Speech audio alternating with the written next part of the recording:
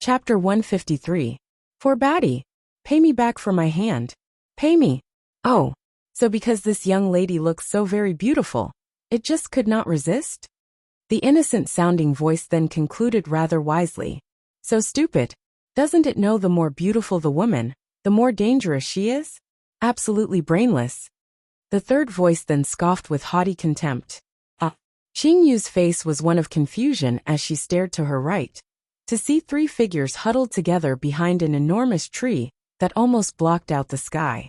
They were all lying there in similar positions, thinking themselves well hidden, as they conversed in voices that were not exactly soft. What are those things? Qing Yu blinked her eyes, and then turned her head back around stiffly like a machine, to look at the unidentifiable creature that had just assaulted her.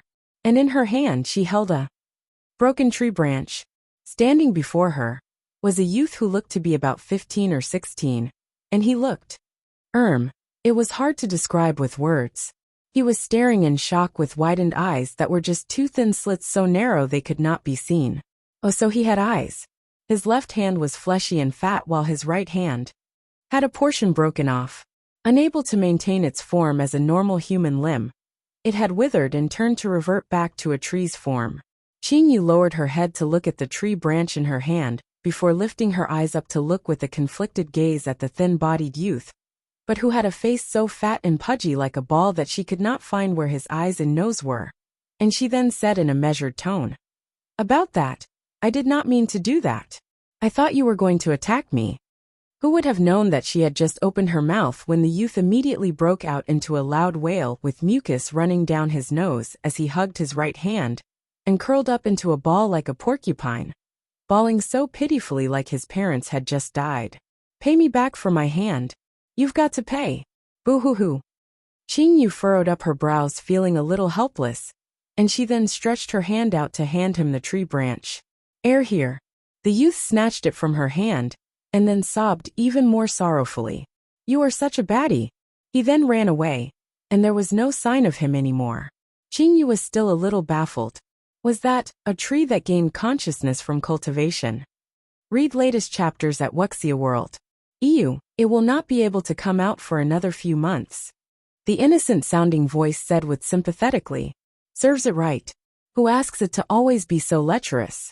A tree that likes to tease pretty girls. It deserves to lose its hand. This was the voice that had sounded rather haughty. But we are trees too. The innocent-sounding voice said in reply. Oh, that's true. Come, let's hurry up and leave. Don't let that young lady discover us. She looks so fierce, and I do not want to look my hand. Qing Yu was speechless. She could hear them clearly. Chapter 154. 1.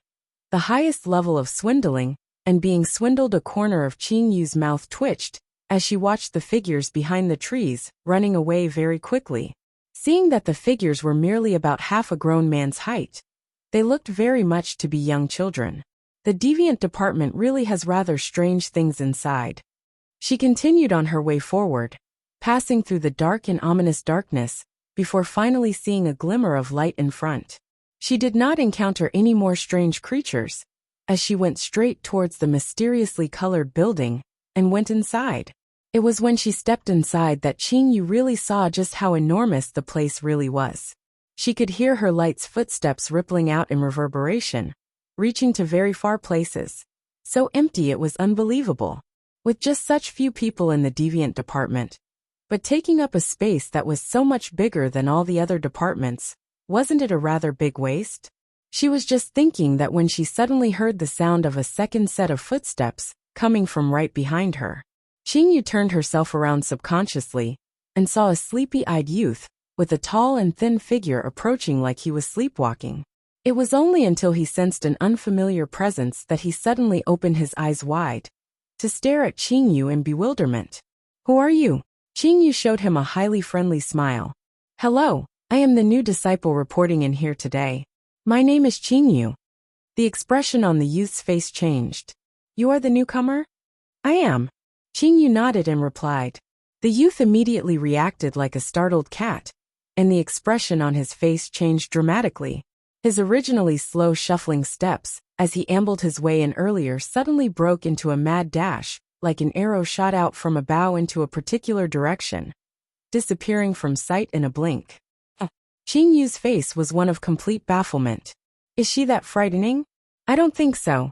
But having finally seen a human person, and judging from the direction he had dashed off into, Qing Yu could already ascertain where the deviant department's classroom was. This was the first time that she could not find her way around, as the place was really just too vast. She walked slowly further inside, finally coming to a stop before a door. It was quiet without a single sound inside, the door slightly ajar by about a palm's width. Read latest chapters at Wuxia World. Qing Yu raised an eyebrow and lifted her eyes to look up a moment before she stepped away without making any noise. Lass, why don't you just go inside when you're already here? She had just moved herself 2 steps away from the door when a gentle male voice reached her ears. The person was tall and slightly thin, his countenance good-looking. Under his long narrow eyes, there was a red teardrop-shaped mole, which lent an added sense of enchanting allure to the man, giving him an air of comfortable gentleness. Qing Yu remembered this person. It seemed like the expert who specialized in sound attacks that killed countless thousands of venomous snakes and bats back in the Lost Bogs, was also from the deviant department. But this man seemed to be much more amiable and easy to get along with, his personality very gentle, unlike the smiling tiger that Feng Tianhen was. Chapter 154. 2. The highest level of swindling and being swindled. It looks like there are normal people in the deviant department. Seeing the man look at her quizzically with a faint gentle smile, Qing Yu hesitated a moment before she completely went on to ignore the minute twinge of guilt that was so small it might very well not have existed in her heart, and started to babble on with a load of made-up nonsense. Well, I heard that the seniors in the deviant department are a little xenophobic, so I thought it might be better if I stayed outside to wait in case I leave a bad first impression on them. Luo Longji lifted up an eyebrow in surprise, and a look of helplessness flashed across that handsome face. You are so lovably obedient, they will all surely like you. He had not thought that the prodigious young lady the chief recruited would have such a gentle nature. To put it bluntly, it can be said that she makes an easy target for bullying. So if that bunch of rascals in there were to really pick on her, she might just end up enduring it in silence. How can this be allowed? A good number of people had not been able to endure their malicious antics, and were driven away by this very bunch in the past. But this one here was someone that the chief had personally said to take good and proper care of. So this young lady must not end up leaving due to the rascal's tormenting ways. With that thought in mind, Luo Longji was already going to push the door open, to go knock some good sense into the heads of that bunch of mischievous imps. With his mind preoccupied in thought, he had of course not noticed the slightly ajar door, and the fact that the young lady had unnoticeably retreated herself way back. The door opened with a creak, and before Luo Zhiyin was able to utter a word, he immediately sensed a wave of danger lunging right straight upon him. His body instinctively reacted, immediately putting up his guard, thinking that someone was out to test him. In the end, what he did not expect was that the danger wasn't from the front, but was actually coming from above his head. Splash! The sound of something splashing down was suddenly heard. The 11 disciples of the deviant department were all fully present in the room, and they had probably been overly confident, and hence did not even look to see who the person that was coming in really was. They just assumed that their prank had worked, and they were all howling with gloating laughter. Ha ha ha ha ha. She would definitely break down into tears from the shock. Although I do not think that we should be bullying people like this, but why am I finding it so hilarious here? Ha ha ha. I don't even dare to see what kind of a dismal and pathetic scene it must be. Wait. We seem to be in deep trouble. A weak-sounding voice suddenly said in fearful terror. Read latest chapters at Wuxia World. What trouble could we get into? What is there to fear? His voice abruptly stopped. In the next second, everyone's faces took on looks of pure horror, looking like they had been forced to swallow 10 caddies of feathers, but were unable to spit any of it out. They're all finished. They all could already see how they were going to die that very day. Answer, Self-invited death. Luo Longji's reaction had really been very fast, but he had completely not expected that the wooden bucket that fell down from above him would contain not just water that had turned bitingly cold with the season, but there were also a countless number of disgusting gray mucus slugs in the water. Chapter 154. 3. The highest level of swindling, and being swindled. It was a type of slug that was hard to shake off once it latches onto you. An incredibly disgusting kind of creature.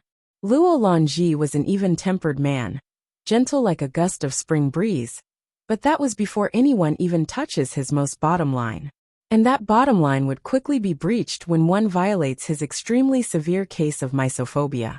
Even the slightest smudge of dust on him would make him feel uncomfortable all over, causing his temper to become highly irritable. And right before his eyes were not mere dust. They were the absolutely repulsive and revolting highly sticky mucus slugs. There wasn't any creature that could be more disgusting than that. Luo Longji had actually dodged from a good half of their numbers by raising up an arm to block the wooden bucket, which caused it to veer away from its original direction. So there were just about 4 or 5 of them stuck on his sleeve. But even though that was the case, for this man who was so clean freak that it was almost an obsessive-compulsive disorder, it was already something he absolutely could not endure. The long narrow eyes then darkened thunderously, devoid of any human emotion. Seeing the soft slush on his sleeve crawling towards his uncovered hand, leaving behind a disgustingly sticky translucent trail in their wake, the sleeve suddenly crumbled into ash together with the mucus slugs in a blink, without a single trace of them to be seen. Of course that was not all. Luo Longji slowly took off his outer robe and tossed it over the wiggling mucus slugs spilled across the floor. Lifting his eyes up to look at everyone before him, his lips parted slightly as he said, pausing in between each word. Since the lot of you loves the mucus slugs so much, then clean them all up now. Take note though, that none of your powers are to be used. I want them all picked up with your bare hands. What?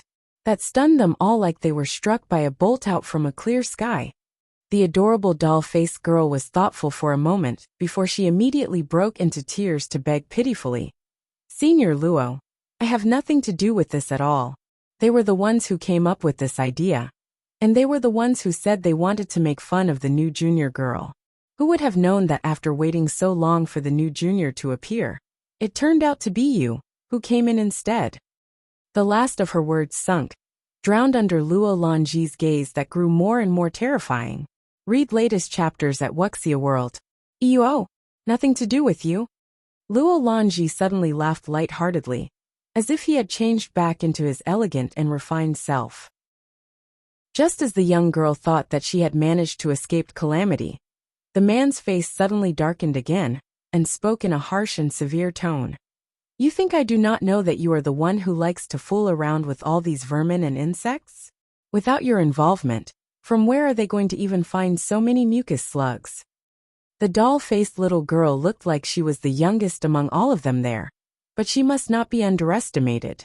Not only her skill in concocting poisons was top-notch throughout the lands, her martial skills was also the top few among that bunch of people. She was of course the one capable of coming up with the most tricks, and often prone to acting pitiful. Luo Longji was not about to be taken in by her act. The young girl was stunned by that sudden shout.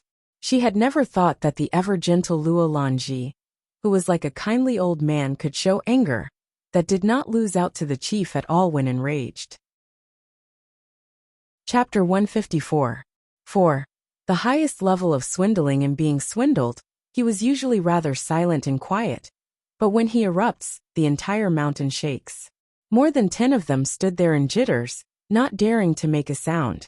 Besides the chief, it was usually Luo Longji that was watching over them, being the only other person who was able to control them at all. When they thought how that young girl had so shamelessly dumped all responsibility right onto them without a care, everyone immediately harbored thoughts of strangling her to death right in that instant. Fortunately, Senior Luo was insightful enough to see through her tricks. But what puzzled everyone was, they had clearly seen their new junior fellow disciple making her way here. How did it turn out that Senior Luo was the one who pushed the door to come in instead? It made no sense. Was it already fated that she was to escape calamity this time? Qingyu stood watching the entire charade unfold, and then suddenly a burst of laughter, seemingly gloating. She immediately drew everyone's eyes to turn onto her. The delicate figure of a young lady stood behind Luo Lanji, looking at them with an almost imperceptible smile on her face that seemed to be saying something. That doll-faced little girl suddenly widened her eyes and pointed a finger at her angrily. Did you design this scheme to set us up? Facing everyone's angry gazes, Qingyu laughed offhandedly, and an eyebrow lifted up slightly. And how have I set you all up? You were clearly already going to come in earlier. Why did you suddenly stop, and even lied to Senior Luo? The young girl looked as if she had seen through everything, highly accusatory and aggressive. Qingyu just simply replied with an indifferent "oh," and then turned to look at the calm and unruffled man beside her to say, Senior Luo, as you can see, both my male and female seniors here have a very bad impression of me, and that is why they placed a bucket of water over the door in this horribly freezing time of the year, to make catch my death of a cold. They had even put those disgusting mucus slugs that girls are most terrified of to frighten me as well. Read latest chapters at Wuxia World. Luo Lanji creased up his brows and said a little remorsefully, Apologies. I have not been strict with them, which gave them the audacity to commit such a vile deed. I will make sure they all suffer the kind of punishment they deserve. Qingyu shook her head, her face scrunched up like she was put in a very difficult position. If Senior does that, they will only detest me even more. Luo Lanji snorted derisively and swept his eyes over the bunch of rascals. They are merely suffering the consequences of their own actions. All the other departments are saying that the deviant department is filled with a whole bunch of arrogant and uncivilized scoundrels, and seems like it is all true. From today onwards, I will make sure I properly correct the kind impression all of you will come to give people. Someone had wanted to voice his protest, and Luo Lanji's icy gaze immediately turned onto him. Or would you prefer the chief to personally deal with this matter himself? Everyone immediately clamped up. Heavens! If Chief comes to know about this, would they still be able to live? Chapter 155. 1. It's all right to be young. You'll grow up one day in the end. The bunch of them had no choice but to obediently endure that nauseatingly slippery touch of the sticky mucus slugs, as they picked them all up one by one, to put them back into the wooden bucket. Qingyu just stood there calm and unruffled as she stood leaning against the door, watching all of them suffer the fruit of their own nefarious scheme. The lousy trick this bunch of rascals had come up with was really just too lame, and it was all pure childishness in her eyes. Did they really think she would fall for such a paltry trick? If she really wanted to vicious, they would all be howling in endless agony. When Luo Lanji saw that they were cooperating obediently, the expression on his face then softened a little. He then turned to the young lady behind and said, It's embarrassing that you had to see this. He could be forgiven for not having been aware of it before. But at that moment, how could he possibly not be able to see that the young lady was not as weak as she looked, not easily bullied? She was after all such a rare prodigy, an all-element wielder who caught the chief's eye. So how could she possibly be ordinary? She was just being generous, and was going to hold it against them. If she really wanted to settle the score, the whole entire bunch of them would not be her match at all. Highly skilled at pretending to be a pig to eat a tiger. Hearing that, Qingyu curled up her lips to smile sweetly and then said, It's all right. I do not hold grudges against little children, as it is in their nature to be mischievous. I am not so domineering as to deprive them of their joy. Luo Lanji's smile stiffened, and for an awkward moment, he did not know what to say in response. On the other hand, the ones fighting down the repulsion from picking up the mucus slugs almost vomited out blood and anger when they heard those words. What the hell? Just which bastard was it who said that their new little junior was easy to pick on? Step forward so that they can strangle him to death. They had really stubbed their toe on a steel plate this time. Their little was such a sinisterly sly little devil, her belly filled with nothing nice. Read latest chapters at Wuxia World. To have been so humiliated the first time they met. How were they going to get along in future? Really regret what they had done. Compared to the others who were starting to regret it a little, The young doll-faced girl was feeling highly indignant and went on to stare vehemently at Qingyu. She really thinks it's so easy to be part of the deviant department? She's just a little luckier to be able to wield all elements. What's so special about her? Just a weak and feeble elixir cultivator. And she had probably managed to deceive everyone's eyes for the title without possessing any real abilities. She will tear off her mask and expose this woman, so the chief can see just how big a mistake he has made. On the other side, Luo Lanji was speaking to Qingyu politely. If there is anything you do not understand in future, you can come ask me, or you can also go straight to the chief. As for these rascals, I think they will be a little more restrained with today's lesson. And if any one of them comes up with any more tricks, I think that you are capable of dealing with them on your own. Chapter 155. 2. It's alright to be young. You'll grow up one day. He had not forgotten the fact that his clothes were in such a mess now, was also due to her hidden maneuverings. To think that she was audacious and daring enough to trick even him. These bunch of young imps here would not be anything significant in her eyes at all. Qingyu smiled highly disarmingly. Thank you, Senior, for your concern. If they persist in being stubborn, I will surely help Senior teach them some manners. Kids are usually just acting up when they become disobedient. Things will be fine once they are given a good beating. Luo Lanji was at a loss for words. Looks like he really does not have to worry that the young lady will not be able to adapt to her new surroundings at all. The rest of them were also speechless. Oh God, why do I feel a chill running down my back? Why do I have such a bad feeling about this? It was not known who told them this piece of information, that the young lady was not only an all-element wielder, she was also a rare maniacal prodigy with max levels in soul power and martial strength, one among thousands.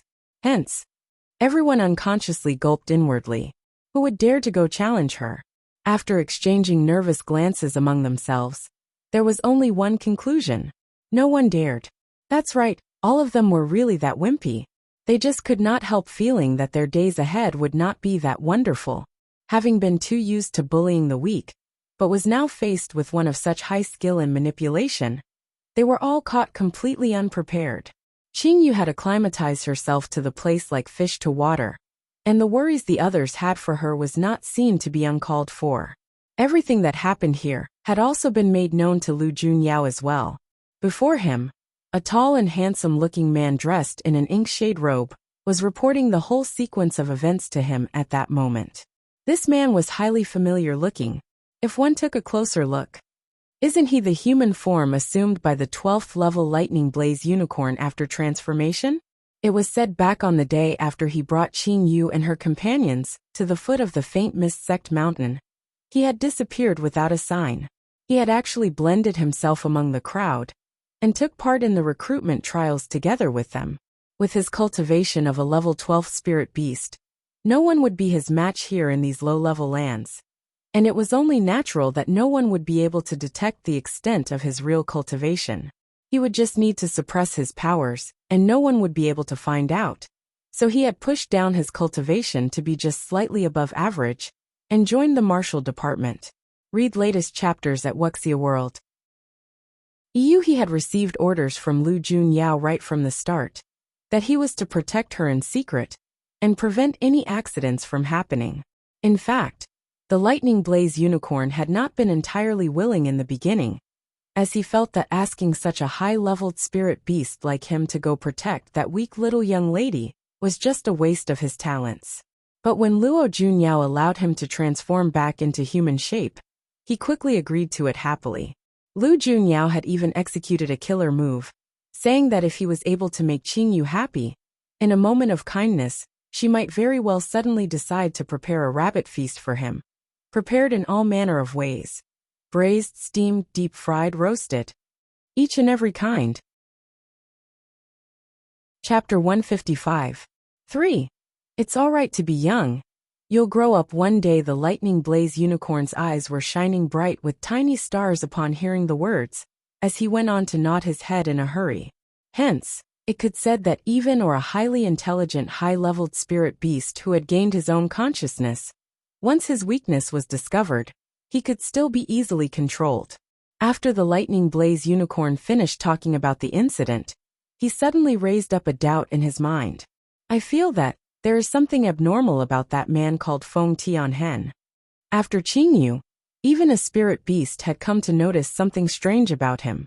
It looks like he would have to meet this man as well next time. Lu Junyao raised up the ends of his lips. Abnormal in what way? It would probably be no different from what the little fox has said that day. Unexpectedly, the lightning blaze unicorn creased up his brows, and then started to mumble to himself, although his voice could not be considered to be soft. I think that he might be a pervert. Lu Junyao became amused. How did this go from being abnormal, and then suddenly jumping straight up to being a pervert? That's right, because I noticed a few times that the man was secretly watching the little missy while hidden in the darkness, and his gaze. The lightning blaze unicorn rubbed his chin as he gave it some serious thought, before finally coming up with a great analogy. It's exactly like how the female beasts look at me among we spirit beasts. Although that analogy used as a comparison wasn't exactly that great, and that it contained elements of bragging that stoked the beast's own ego, Lu Junyao was at least able to understand what he meant. The violet eyes surged mysteriously with a glint as he said slowly, "Are you saying that Feng Tianhen harbors ill intentions towards the little fox?" That's right. Although the little missy possesses rather good cultivation, but compared to that man, she is still at a slight disadvantage. Moreover, he is intentionally hiding his presence, so she had not noticed that the man had been watching her at all. But I saw everything. All right, I know about it now. I will not be around for the next few days, as I have something to attend to, and I will be going to the Faint Mist sect as one of their teachers after that. You keep watch over the little fox in the meantime, and do not let anything happen to her in there. Do not let strange and weird people get close to her as well. Lu Junyao gave his orders in a deep low voice, and his gaze then turned to look at the spirit beast icily. And when I come back, if she so much as lose a single hair, mind that you do not lose your skin. Read latest chapters at Wuxia World. The lightning blaze unicorn felt a chill run down his spine, and he immediately straightened his back in a stiff portrayal of loyalty.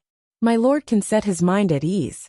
I guarantee that the young missy will be watched with utmost care. In a blink of an eye, the welcome meet for the new disciples arrived. They would be given 2 sets of the Faint Mist sect's uniform, and a token badge that was proof of their identity as disciples of the Faint Mist sect. With that token badge, every action they took and every place they went would represent the Faint Mist sect, and they were to mind what they did in every situation. Their names and the departments they were assigned to that was reflected on the badge tokens were carved in with spirit power, and were intricately linked to the lives of each and every individual disciple, an unerasable existence. Unless their bodies were dead and their souls destroyed, those words would then disappear from the badges. Chapter 155. 4. It's alright to be young. You'll grow up one day at 1/4 the Qin hour. All the disciples would be gathering in the main meeting hall, and the sect leader himself, who seldom showed his face, would be here to lend his support to the welcome meet this time. Qingyu looked at Ming Yi, who was a little distracted these few days, and suddenly recalled the bet they had made before. She called out, feeling rather amused, to the young girl, who was folding her blanket layer upon layer neatly. What are you thinking of?" It was a good while before Ming Yi noticed that someone had called her, and she raised her head up looking a little dazed. I am merely folding my blanket." Qingyu glanced at the blanket with amusement. "You have been folding that blanket for a good 1/4 of an hour already, and you're still not done." Ming Yi then looked a little defeated, and then stopped her actions in folding the blanket. "What? You told your brother, and it shocked him so much that he gave you a fierce scolding?" Qingyu asked with an eyebrow raised. Talking about that, Ming Yi's pretty and adorable little face could not help but show a sliver of frustration. "No, he did not scold me, and neither was he shocked." Pausing a moment and her voice sounding so aggrieved that she was going to cry, she then said, "His reaction could not have been any more calm. He said I am still very young, and it is completely normal for girls to be fond of those close to me who are of the opposite sex. He merely sees the whole thing just as a joke.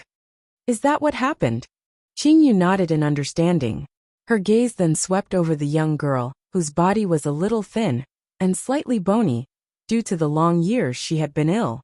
Ming Yi was the same age as her, and though she was about 5 months older, her body was very petite and looked quite a lot younger than she was.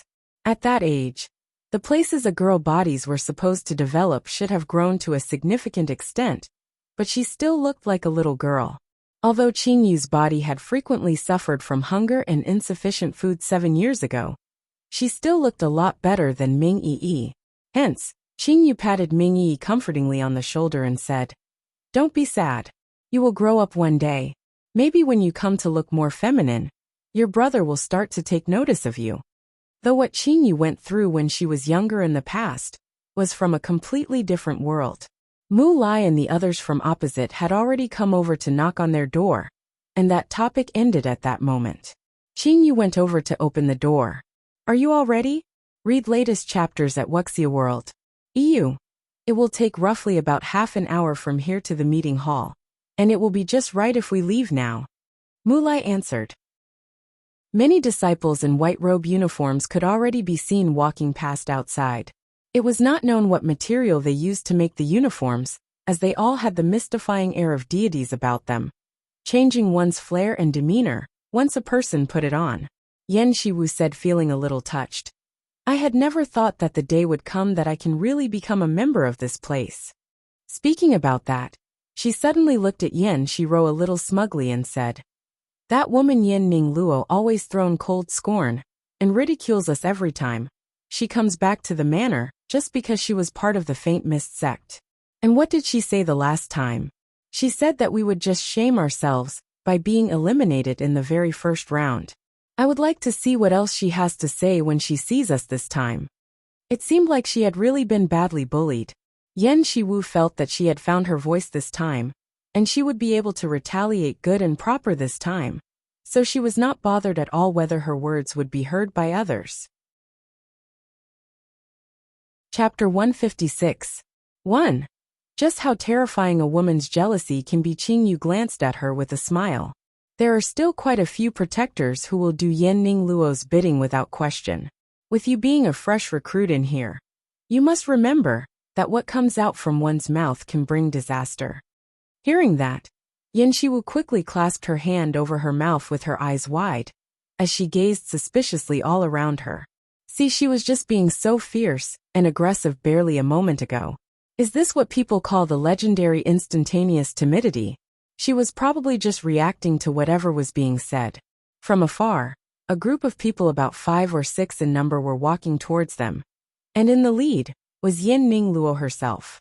Right beside her were her 2 loyal protectors who were always by her side, Jiang Yihan and Shen Jing, together with a few other inner disciples walking with them.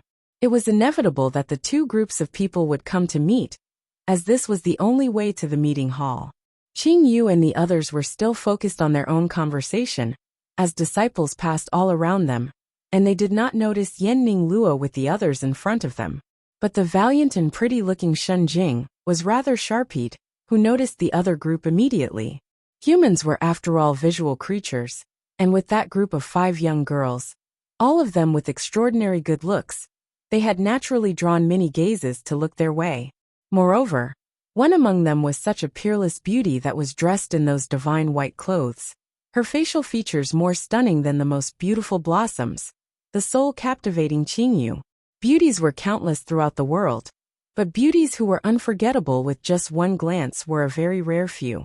In the Green Wave Kingdom, and even in the Faint Mist sect, Yan Ning Luo's looks was considered an unmatched beauty, and nobody could have thought that within this batch of new recruits, there would be such a beautiful young lady, who did not pale in comparison to Yan Ning Luo in any way, with none of the alluring and luster diminished in the slightest. Ihan, look at that young girl. Isn't she just such an absolutely beautiful little thing? Shen Jing's personality was candid and magnanimous, and not fussy or petty like many other girls, who would become jealous when they see a pretty girl, but was just purely filled with admiration. Read latest chapters at Wuxia World. EU. Hearing that, Jiang Yihan raised her head to look, and her eyes lit up in surprise a moment by the stunning beauty she saw. She then turned to look at the expressionless young lady beside them, and went on to say, "She's indeed beautiful, but that kind of beauty is too flamboyant and seductive. I still think Ning Luo is better looking." Shen Jing smiled with a curve of her lips, and did not say anything. But when she saw Yen Ning Luo's gaze was fixed upon that group of people, she raised an eyebrow and asked in puzzlement, "Ning Luo, you know them?" As she spoke, the few of them had already reached before the group, and were just a few steps distance away. It turned out that Yen Ning Luo spoke first, her tone light and soft, her emotions indiscernible. "Congratulations on passing the recruitment trial." Qing Yu's lips curved up, and before she could speak, she heard Yen Shiwu beside her say in a hypocritical tone, "Thanks you elder sis for your concern. But I'm sorry to say we did not embarrass ourselves, and managed to make it through instead of being disqualified in the very first round. You must be sorely disappointed." Chapter 156. 2. Just how terrifying a woman's jealousy can be. These words sounded so familiar. They were the words that Yen Ning Luo had said to them half a year ago, and Yen Shiwu had now thrown it back onto Yen Ning Luo like a slap across the face. Yen Ning Luo's face was unaffected, but her eyes darkened. Is this fool bragging in front of her now? Ha! What does she think getting into the faint mist sect represents? She has merely gotten in through a miraculous stroke of luck. Does she think that just by being on Yen Qingyu's side, and she would have nothing to worry about anymore? But when did this fool start to be on such good terms with Yen Qingyu? Ning Luo, this is your younger sister? Why haven't I never heard that you have a younger sister? Jiang Yihan asked in surprise. Yen Ning Luo then replied, "She's just a commoner born from a concubine. I only have one brother born from my mother." Oh, so I see. In large prestigious families, great importance was placed on one's common or noble birth lineage, determining their status and position, as those of common birth were usually not viewed with any importance. Yen Shiwu was greatly nauseated by her cold demeanor, looking high and mighty. This woman was always like this, using her position as the eldest daughter to treat the common offsprings as lowly servants, never thinking anything of them. But if not for the fact that she had a mother of noble birth marrying in early, in what way was she better than all the others? With the undisguised look of disgust in Yen Shiwu's eyes, Yen Ning Luo had naturally noticed it, but she was not about to lower herself to be affected by it at all. What she was concerned about was that seemingly weak and harmless-looking young girl, who always had a faint smile hanging from her lips. From the beginning till now, she had been that one that she was unable to fathom, and the existence that she was most wary of and hated the most. I heard that you joined the deviant department. That place is a lot more demanding than the other departments, and you must take the effort to carefully establish good relations with them. If you come to offend anyone in there, I might not be able to help you at all." Yen Ning Luo cooed like a naggy elder sister giving advice to her younger sibling, her tone highly caring, seemingly concerned, and was showing sympathy and feeling sorrowful. Qingyu smiled and did not rebut her, but went on to say cordially, "Thank you for my elder sister's advice. My fellow senior disciples in there are very nice people, and I am not facing any problems in there. Read latest chapters at Wuxia World." "EU, is that so? That's good." Yen Ning Luo said with her lips stiffened. She just doesn't yet know just how hard a place like the deviant department is to be in. Just how many people have pulled themselves out from the deviant department on their own in the past years, with the one who remained in there the longest just over 20 days, unable to even make it till the 1-month probation trial. There will be much time for her to regret it when the time comes. Till now, she was still unable to believe what she saw back at the main hall on the day of the recruitment trials. An all-element wielder, an unmatched prodigy with maximum levels in soul power and martial strength. How can that be possible? Chapter 156. 3. Just how terrifying a woman's jealousy can be. That Yen Qingyu, who was so weak and incompetent that she did not even dare to speak up, always hiding behind that crippled good-for-nothing Yen Qingbei. How could she possibly have suddenly been enlightened out of nowhere, and met with such a miraculous encounter, that could not possibly have happened to someone like her. Like she had become a completely different person. And at her side, people whom she could not possibly have met, or had any dealings with before have appeared. Recalling how Feng Tianhen had acted back in the main hall during the recruitment trials, Yenning Luo was still thinking it all felt too surreal. From what she could remember, she had only seen that man 2 times herself. Once was after the internal turmoil within the Faint Mist sect was quelled, when things were at its lowest point. The sect leader Wen Renqian had picked out 10 people out from a batch of children with extraordinary gifts, and brought them back to the Faint Mist sect, and she had been one of them. Feng Tianhen, at that time, was just an 18-year-old youth, but he was already a person so deep and unfathomable that people were unable to read clearly at all.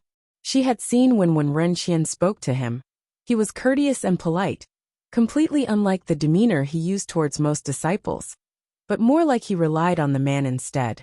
The other time was when she was promoted to become an inner circle disciple within the span of 2 short years, and Feng Tianhen had said to her, "Not bad." That man was really terrifying. He was clearly so gentle and good-looking, his intoxicating gaze able to melt a person, but despite all that, he just causes fear to rise up in people's hearts for no reason. But back on that day, his demeanor towards Qing Yu had been tolerant and indulgent like never before.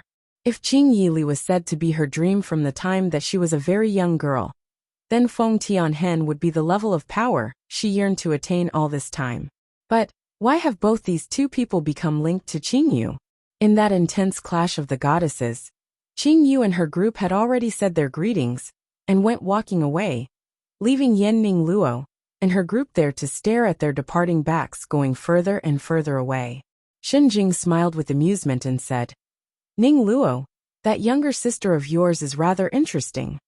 Yenning Luo's eyes surged up within and did not answer, walking towards the meeting hall without a word while the others behind her exchanged glances with each other.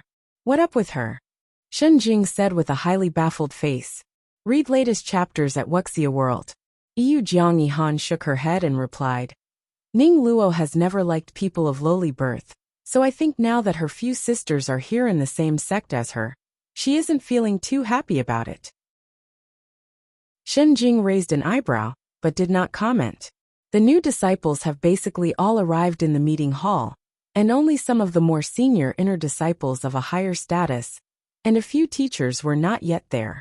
Roughly about half an hour later, several people were then seen walking out slowly from the back of the great hall, and the graceful and handsome man in a dark green robe in the lead gazed with a smile on his face upon the disciples, who were gawking curiously at him, while the new recruits were still guessing at the identity of that man. Before they could react, they saw the man taking a seat down upon the seat, right in the middle, his poise elegant. Chapter 156. 4. Just how terrifying a woman's jealousy can be. "Aren't all of you going to greet the sect leader?" A white-bearded elderly man beside him said in a deep holler, as he stared at the disciples with a fierce gaze. That was when the disciples then came to realize that the young man, who was only in his early 30s, was actually the mysterious sect leader, Wen Renqian. In a moment, everyone quickly retracted their gazes and went on to greet in a fluster. "Respects to the sect leader." Wen Renqian laughed softly, his voice gentle. "It's all right, Elder Mo, don't be too strict now. All the little ones here have never seen me before, and they would naturally not recognize me. Ignorance makes them innocent." Elder Mo then relented, acknowledging with a muttered yes and a nod of his head. When Renqian then swept his eyes all around with a gauging gaze, and when he did not find the person he wanted to see, he opened his mouth to ask quizzically, "Feng Tianhen is not here yet?" Chief suddenly recalled he forgot something, and he went back to fetch it. He should be arriving in a while. Luo Longji explained, "What is it that he could not get a disciple to go fetch it, but has to personally make a trip himself?" When Renqian then asked. Luo Longji then smiled. He said it is something important, and he does not want it in another person's hands. When Renqian did not pursue it any further, looking like he suddenly remembered something, he looked at Luo Longji and said, "Where is that little prodigy your deviant department recruited? Let me have a look, as I have yet to see her." Qing Yu had come here together with Ming Yi and the others, but upon reaching the meeting hall, the disciples were separated according to their departments, so Qing Yu was with the others in the deviant department at that moment. Suddenly having been singularly called out, and the gazes of the other fellas around her turning to fix upon her, it made her feel rather uncomfortable, and she moved a couple of steps to one side. It was silent in the hall at that moment, and her movements had naturally attracted the attention of others. Upon seeing that she was standing on the deviant department's side, and that exceptionally beautiful face, everyone was naturally able to guess her identity. That is the prodigious all-element wielder? Why does she look so seductive and alluring as well? Hearing those words, it could immediately be ascertained that it came from a woman who was highly jealous. But I think she is very adorable instead. Someone raised his voice in rebuttal. She looks so very young and seems so frail that makes people want to protect her. Those few other girls in the deviant department are all vicious tigresses. Hope that she would not be bullied by them. Hearing you say that just makes my heart ache. Why does such a good little fellow Junior have to fall into the demonic claws of that bunch in there? My heart will not be able to take it. Read latest chapters at Wuxia World. You hearing the bunch of people bemoaning loudly like there was no one else around. The people from the deviant department almost exploded in rage. What kind of a joke are they making? What do they mean by fall into their demonic claws? Don't you think you've all gotten it backwards? That little lass is really very skilled in using her weak and frail outlook to deceive everyone. We just could not wait to hold her up in reverence, you know, much less even dare to bully her. What a big joke. Chapter 157. 1. Romanticism from the Ancients. When Ren Qian looked at the young lady before him with interest. Is this the lass that caught the eyes of that fella Feng Tianhen? An all-element wielder? Really rather different from what he had imagined. Lass, what's your name? When Ren Qian opened his mouth to ask with a smile. Qing Yu. Although she was a little flustered with so many people's gazes fixed upon her. But since the question was directed at her, she went on to answer truthfully. When Ren Qian heard the exceptionally too clear and simple words, he could not help but smile. This lass is rather candid, and it would seem like she was not one to flatter and fawn upon others. Just what was Feng Tianhen really thinking in his mind? After having asked her for her name, when Ren Qian did not say anything more, just at that moment, a tall and well-built figure came walking slowly into the hall, clad in his usual suit of white. But this time, the clothes on his body seemed to be different in some way. Upon close inspection, it looked no different from the uniform worn by the Faint Mist sect's inner disciples, but just a minute difference in the finer details of his clothes. Compared to the cloud patterns embroidered into cuffs and hem of the inner disciple's uniform, it was only when he walked closer that they saw soaring phoenixes embroidered into the front and back of the clothes on the man's body. And that was a uniform that was one of a kind throughout the entire Faint Mist sect. Some people were born suited to wear such a gentle and graceful white like this. Feng Tianhen's facial features were exceptionally handsome and elegant, his brows tinged with a faint gentleness, and the pure and pristine white of his clothes just emphasized the gentle demeanor his body exuded. It was a kind of attraction that shocked and overwhelmed the ladies, where they would surrender their hearts upon seeing him a second time. Even the people from the deviant department who had spent the longest period of time in Feng Tianhen's presence could not help but be mesmerized for a moment. Upon seeing him, when Ren Qian said in jest, I heard that you went off to fetch something very important? I wonder what kind of treasure could be so precious that it needed you to protect it yourself.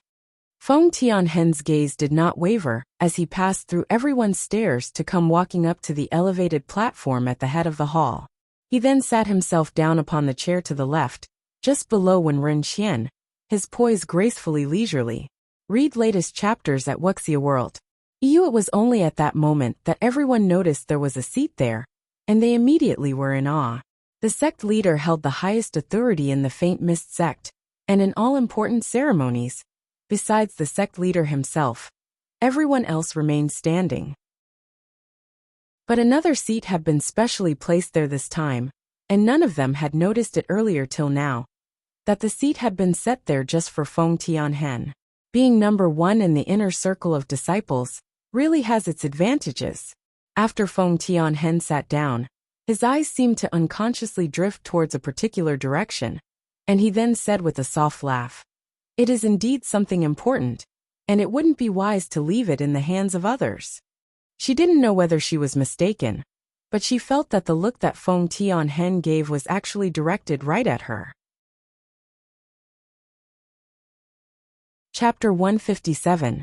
2. Romanticism from the Ancients.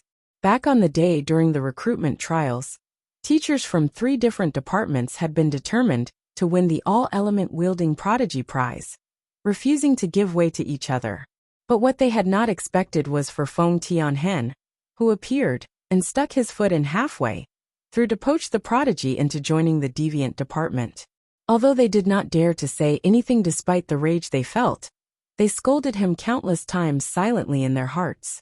Upon seeing Qingyu again now, they were still highly amicable to her, finding her pleasing to their eyes, especially Elder Jean, whose face was already stern and fierce without being angry. He was highly smiley today, looking exceptionally weird. Jean Zehao standing close by saw his own father's foolish-looking face, and felt goosebumps rise all over him, which made him suspect whether his father had taken a wrong dose of medicine today. Back to the topic at hand, when Ren Qian retracted the joking smile on his face, and looked at the disciples in the Great Hall seriously. "From today onwards, you are a member of the Faint Mist sect. I hope that all of you will be able to strictly comply to the sect rules, and note every action that you take. Work hard on your cultivation, and contribute to the Faint Mist sect, and progress together with the sect, striving towards the peak of power." All the disciples then replied in unison, "We'll remember the sect leader's wise words." After that, a senior disciple from the respective departments then distributed out the sect uniforms and identity badges to the disciples. When the disciples received their badges and uniforms, every one of them were as excited as when they had first advanced a level in their cultivation. Yenning Luo was the representative for the martial department, and when the youths saw that they had such an extraordinary and ravishingly beautiful female senior fellow disciple in their department, they were immediately ecstatic, their faces flushed red with delight. When it was Yan Shiwu and Yan Shiro's turn, Yenning Luo merely paused and rested her gaze on them for a moment, before reverting her expression back to normal as she handed the items to them. The Elixir Cultivators Department had Elder Jin's first disciple Tan Lin Rua as their representative. Having heard Elder Jin trumpeting how talented and good-looking his first disciple was, he was now still trying to entice Qingyu over by using sex appeal. Read latest chapters at Wuxia World. Hence, Mulai had specially paid attention to him, and found that though he was rather good-looking as a person, a suave and handsome young man, but Mulai's gaze glanced over to peek into the deviant department's side. That Feng Tianhen was a lot more outstanding than in looks than Tan Lin Rua, and the flavor of maturity in the man pounded out from the passage of time was one thing that an inexperienced youth like Tan Lin Rua, who had not yet seen enough of the world, did not possess. Because Qingyu was the one and only new recruit over at the deviant department, hence she stood right at the back of everyone else. Luo Lanji personally handed out the sect uniform to her, and when he was about to give her the identity token, he discovered that the 50 badges that had been definitely made had now run out, with none to give to Qingyu at her turn. Chapter 157. 3. Romanticism from the Ancients. Luo Lanji knitted up his brows. What happened? His gaze then turned to gaze at the bunch of people from the deviant department, giving a silent warning. Could this be the doing of that bunch of rascals again? Right at that moment, from the elevated pedestal, Feng Tianhen suddenly stood up from his chair and came walking down slowly. His voice was gentle and pleasing to the ear as he said, "Her identity token is here." Upon saying that, he then pulled out a silver-white jade badge from his sleeves, before gently tying it to the young lady's hip. Large characters could be clearly seen carved into the jade badge, Deviant Department, Qingyu. It did not really look all that different from the identity badges of the other disciples, But people who knew stones would be able to see that the quality of the jade was special, and not any ordinary stone. It was made from priceless heavenly silkworm jade that was extremely rare. It was a treasure that Feng Tianhen happened to come across by chance, where he crafted an identity token badge for himself, and it had not been thought he would give the remaining amount of stone to this young lady. That was something nobody could have expected. Just what was it about this young lady that made Feng Tianhen favor her so much that he made him not stinge on such a precious treasure, but was giving it to her just like that? It must be known that when Luo Lanji had opened his mouth to ask for the stone in the past, the black-hearted fella had adamantly refused, by quoting a ridiculously high price for it. On the other side, all the others who saw Feng Tianhen's actions, regardless of whether it was the new recruits or disciples who had been in the Faint Mist sect for many years already, they were greatly astounded, and their eyes grew green with envy. It must be said that the young lady must be truly blessed. To think that the chief, the first-ranked inner circle disciple, was treating her so well. But Qingyu, who had been bestowed with that honor, did not look all that happy. Instead, her brows were creased up, the expression on her face looking rather complicated as she stared at the badge token at her hip. If she was not mistaken, the make of this identity token of hers was completely different from that of others. Just the material used differed by a million miles, and the most important thing was. Qingyu's confused gaze then turned to look at Feng Tianhen's lean hip, to see a jade token that was exactly the same as hers hanging there. This couldn't possibly be the fabled couple jade tokens, right? Read latest chapters at Wuxia World. EU Romanticism from the Ancients? Qingyu very nearly frightened herself to death with that stunning thought that jumped into her mind. She quickly halted the raging emotions that welled up within, her face expressionless as she said, "Thank you, my senior." Feng Tianhen looked at her with a gentle smile. "You do not seem to like the identity token all that much." "You don't say." In front of so many new recruits, and he conjures up such a show of exclusivity by giving her a specially made identity token badge. Does he fear that everyone here wouldn't want to stick a dagger into her back right this instant? So is he now encouraging them by doing this? He's just making them think that she has used some underhanded means to win the favor of the inner circle's number one. Like maybe seduce him with beauty. Chapter 157. 4. Romanticism from the Ancients. Although she was well filled up with nothing but scorn for him in her belly, her face as indifferent as she replied, "Not true, I like it." Feng Tianhen looked disbelievingly at her, and raised an eyebrow, with an indiscernible smile on his lips. "If you like it, then why is the expression on your face like this? Senior is showing me so much concern, that I really do not know what kind of reaction I should give." Qingyu explained rather believably. A rare twitch twerked at the corner of Feng Tianhen's lips. Luo Lanji and Su Liemo could almost not maintain their stoic demeanor anymore. So this is how the little lass interacts with the chief? And the chief isn't getting angry in the slightest, but was being as indulgent to her as the rumors say. Of course the ones that were the most shocked were those who viewed Qingyu with enmity, the bunch from the deviant department that were thinking how they would be able to prank Qingyu good and proper, like how they had forced others to leave the department before. All of them had faces looking like they had just seen a ghost at that moment. The chief is really going to indulge her like that? Oh heaven! Fortunately, they had not continued to dig their own graves after that lecture from Senior Luo. Otherwise, if they had really done something irreversible, there wouldn't be any medicine for regret. That girl isn't even afraid of the chief, but is putting on such an arrogant and rude attitude. No wonder she had treated them like little children. Thinking back about it, they had really been rather childish. It seems that girl is really rather capable. When Ming Jing saw that scene, he spoke his thoughts aloud softly. Feng Tianhen was deep and profound, a man that was hard to read. Few dared to speak to him with such willful carelessness, and he was quietly allowing it as well. It must be said that it was a rare and spectacular sight to see. Ming Yi beside him smirked a little smugly as she looked at Ming Jing, like he was praising her instead. That is a matter of fact. Qingyu is really highly skilled, Or how could she be accepted into the deviant department?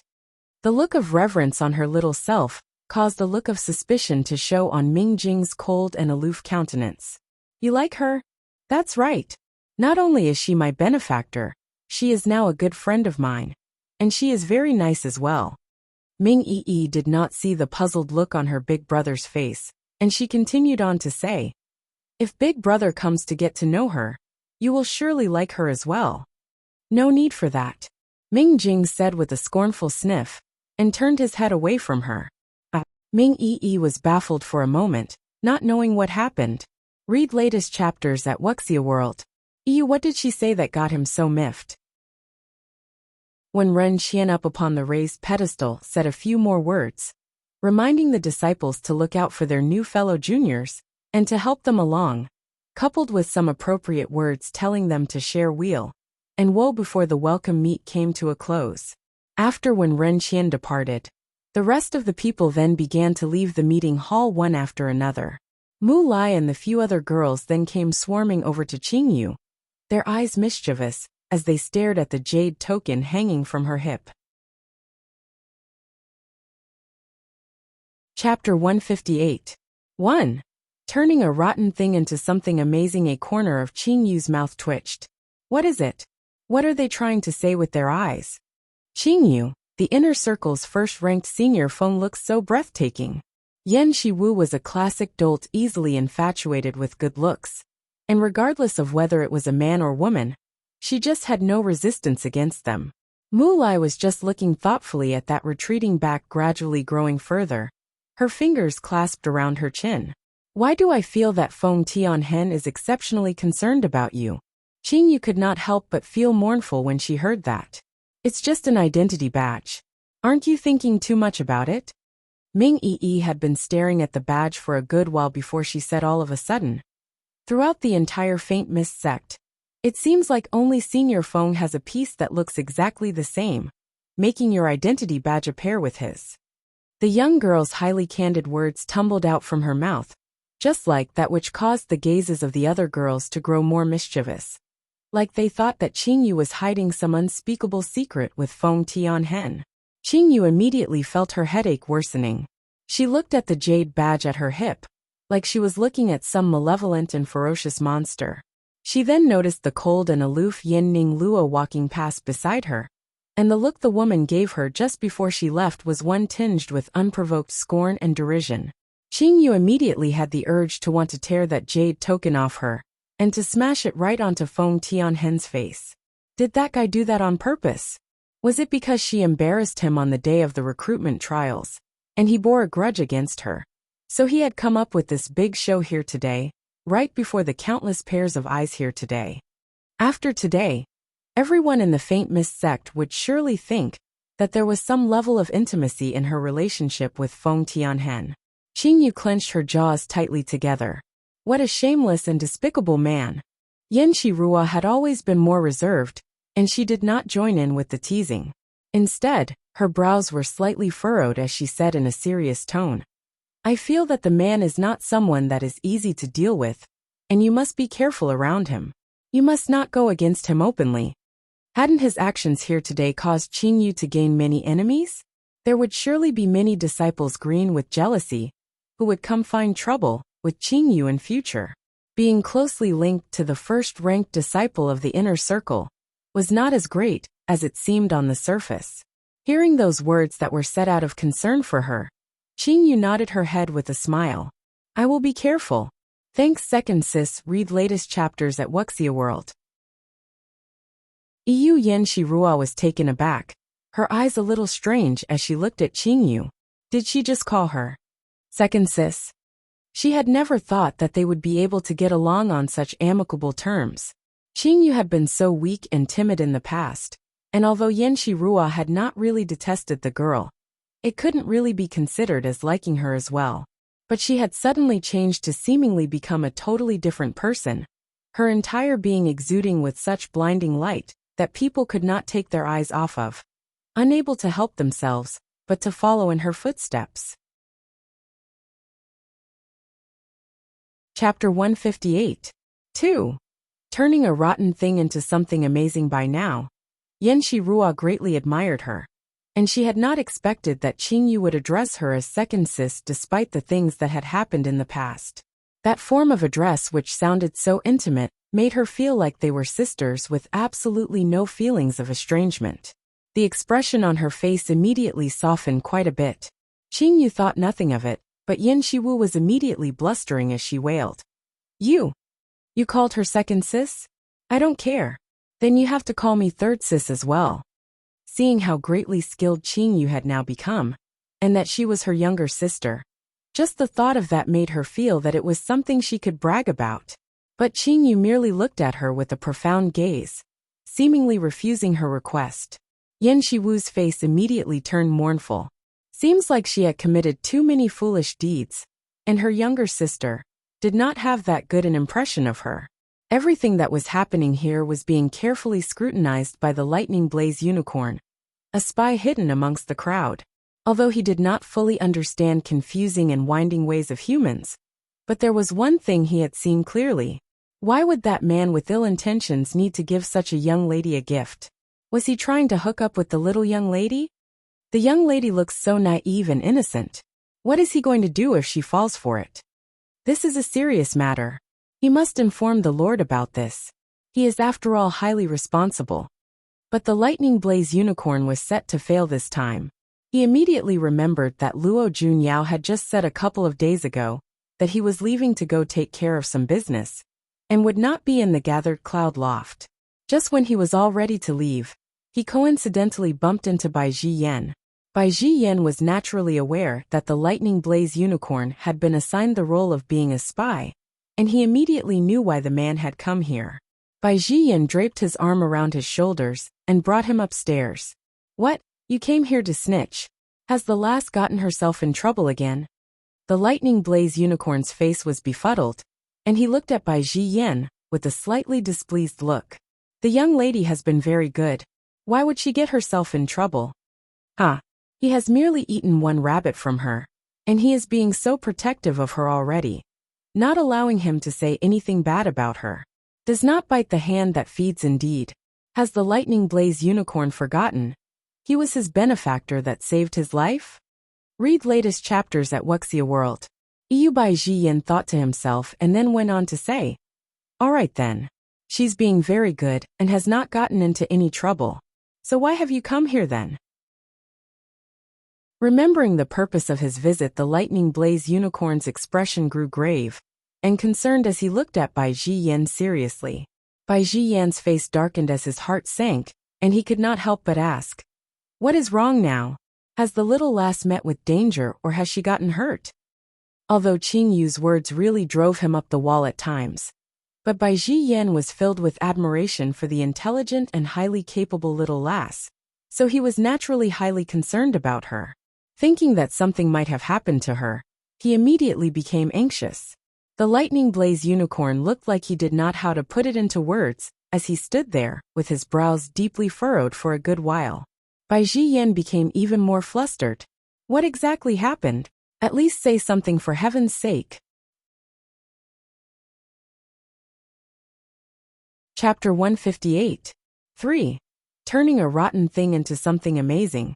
The young lady is doing great, and she is fine. The lightning blaze unicorn said unhurriedly. There is an extremely good-looking man among you humans today who gave her a gift as a love pledge today, and she accepted it. His heart in a fluster. Bai Jiyan, who wished he could personally fly his way into the faint mist sect, right away was then stunned for a good while before he could digest that piece of news. A love pledge. A corner of Bai Jiyan's lips twitched a couple of times. You better not spout nonsense about things you don't understand. Do you even know what a love pledge is? The lightning blaze unicorn looked at Bai Jiyan scornfully and said, although I am not human, but many female beasts among my species worship and are highly infatuated with me, all right? Moreover, it isn't just a matter of a day or two that man has been coveting for the little young lady, and I have spoken to the Lord about it before. Who knew that their relationship would progress so quickly just after the Lord left? Bai Jiyan's face grew even more amused. Then what do you say we should do? The lightning blaze unicorn snorted derisively through his nose. I would naturally have to make the little lady realize the error of her ways and turn herself around. I have decided that I will go try to convince her to not get bewitched by that man's beauty. She is too young to know the kind of tricks all these men are capable of deep inside their bellies. And you cannot blame her for getting swept off her feet for a moment in such a situation. Backing up everything he said with a reason, he made himself look seasoned and experienced. Bai Jiyan curled up his lips with derision, his eyes filled with contempt. That little lass is so smart and intelligent. How could she be so easily bewitched by a man? If it is that simple, Lu Junyao's handsome face would have her eating right out of his hand. But she still remains unmoved even after having faced each other for so long. Don't tell me that man you are talking about is a deity descended to the mortal realm. That might not be entirely impossible. The Lightning Blaze Unicorn's assessment of that someone was rather high. From my experience of having seen countless humans in this world over so many years, I have not met more than 5 men I would consider good-looking. But this man here is placed among them. He paused a moment, and a feeling of crisis hit him out of nowhere. And that fella really knows how to make a girl happy. Read latest chapters at Wuxia World. You hearing him say that? Bai Jiyan inadvertently became a little worried. Would the little lass really lose her mind from the attention? After the welcome meet for the new recruits ended, life in the Faint Mist sect resumed back to normal. Compared to the other departments, disciples in the deviant department enjoyed a lot more freedom. As the profession and field of they specialized in were all different, they usually did not interfere with each other's training, but cultivated on their own. Only when they occasionally encounter a bottleneck, would Luo Lanji come give them guidance. But it was different this year as their main pillar Feng Tianhen had come back, and everyone's morale was riding high, all of them filled with confidence as they strove to show off their skills. Qingyu came to notice that there was an exceptionally young boy among them, who did not look like he had reached the Faint Mist sect's minimum age for new recruits at all. He did not even look to be 10 yet, and he was very quiet, always keeping to himself. He always kept his head lowered, and did not command much presence, making it easy for people to disregard his existence. Chapter 158. 4. Turning a rotten thing into something amazing. Qingyu was a little curious, and she took a couple of steps closer. She then came to hear the overbearing doll-faced young girl, saying in a nasal voice, "Little Junior had better not go near that fella. Be careful he does not turn you into something strange, or the chief will surely blame all of us." Something strange? Qingyu raised an eyebrow. What does that mean?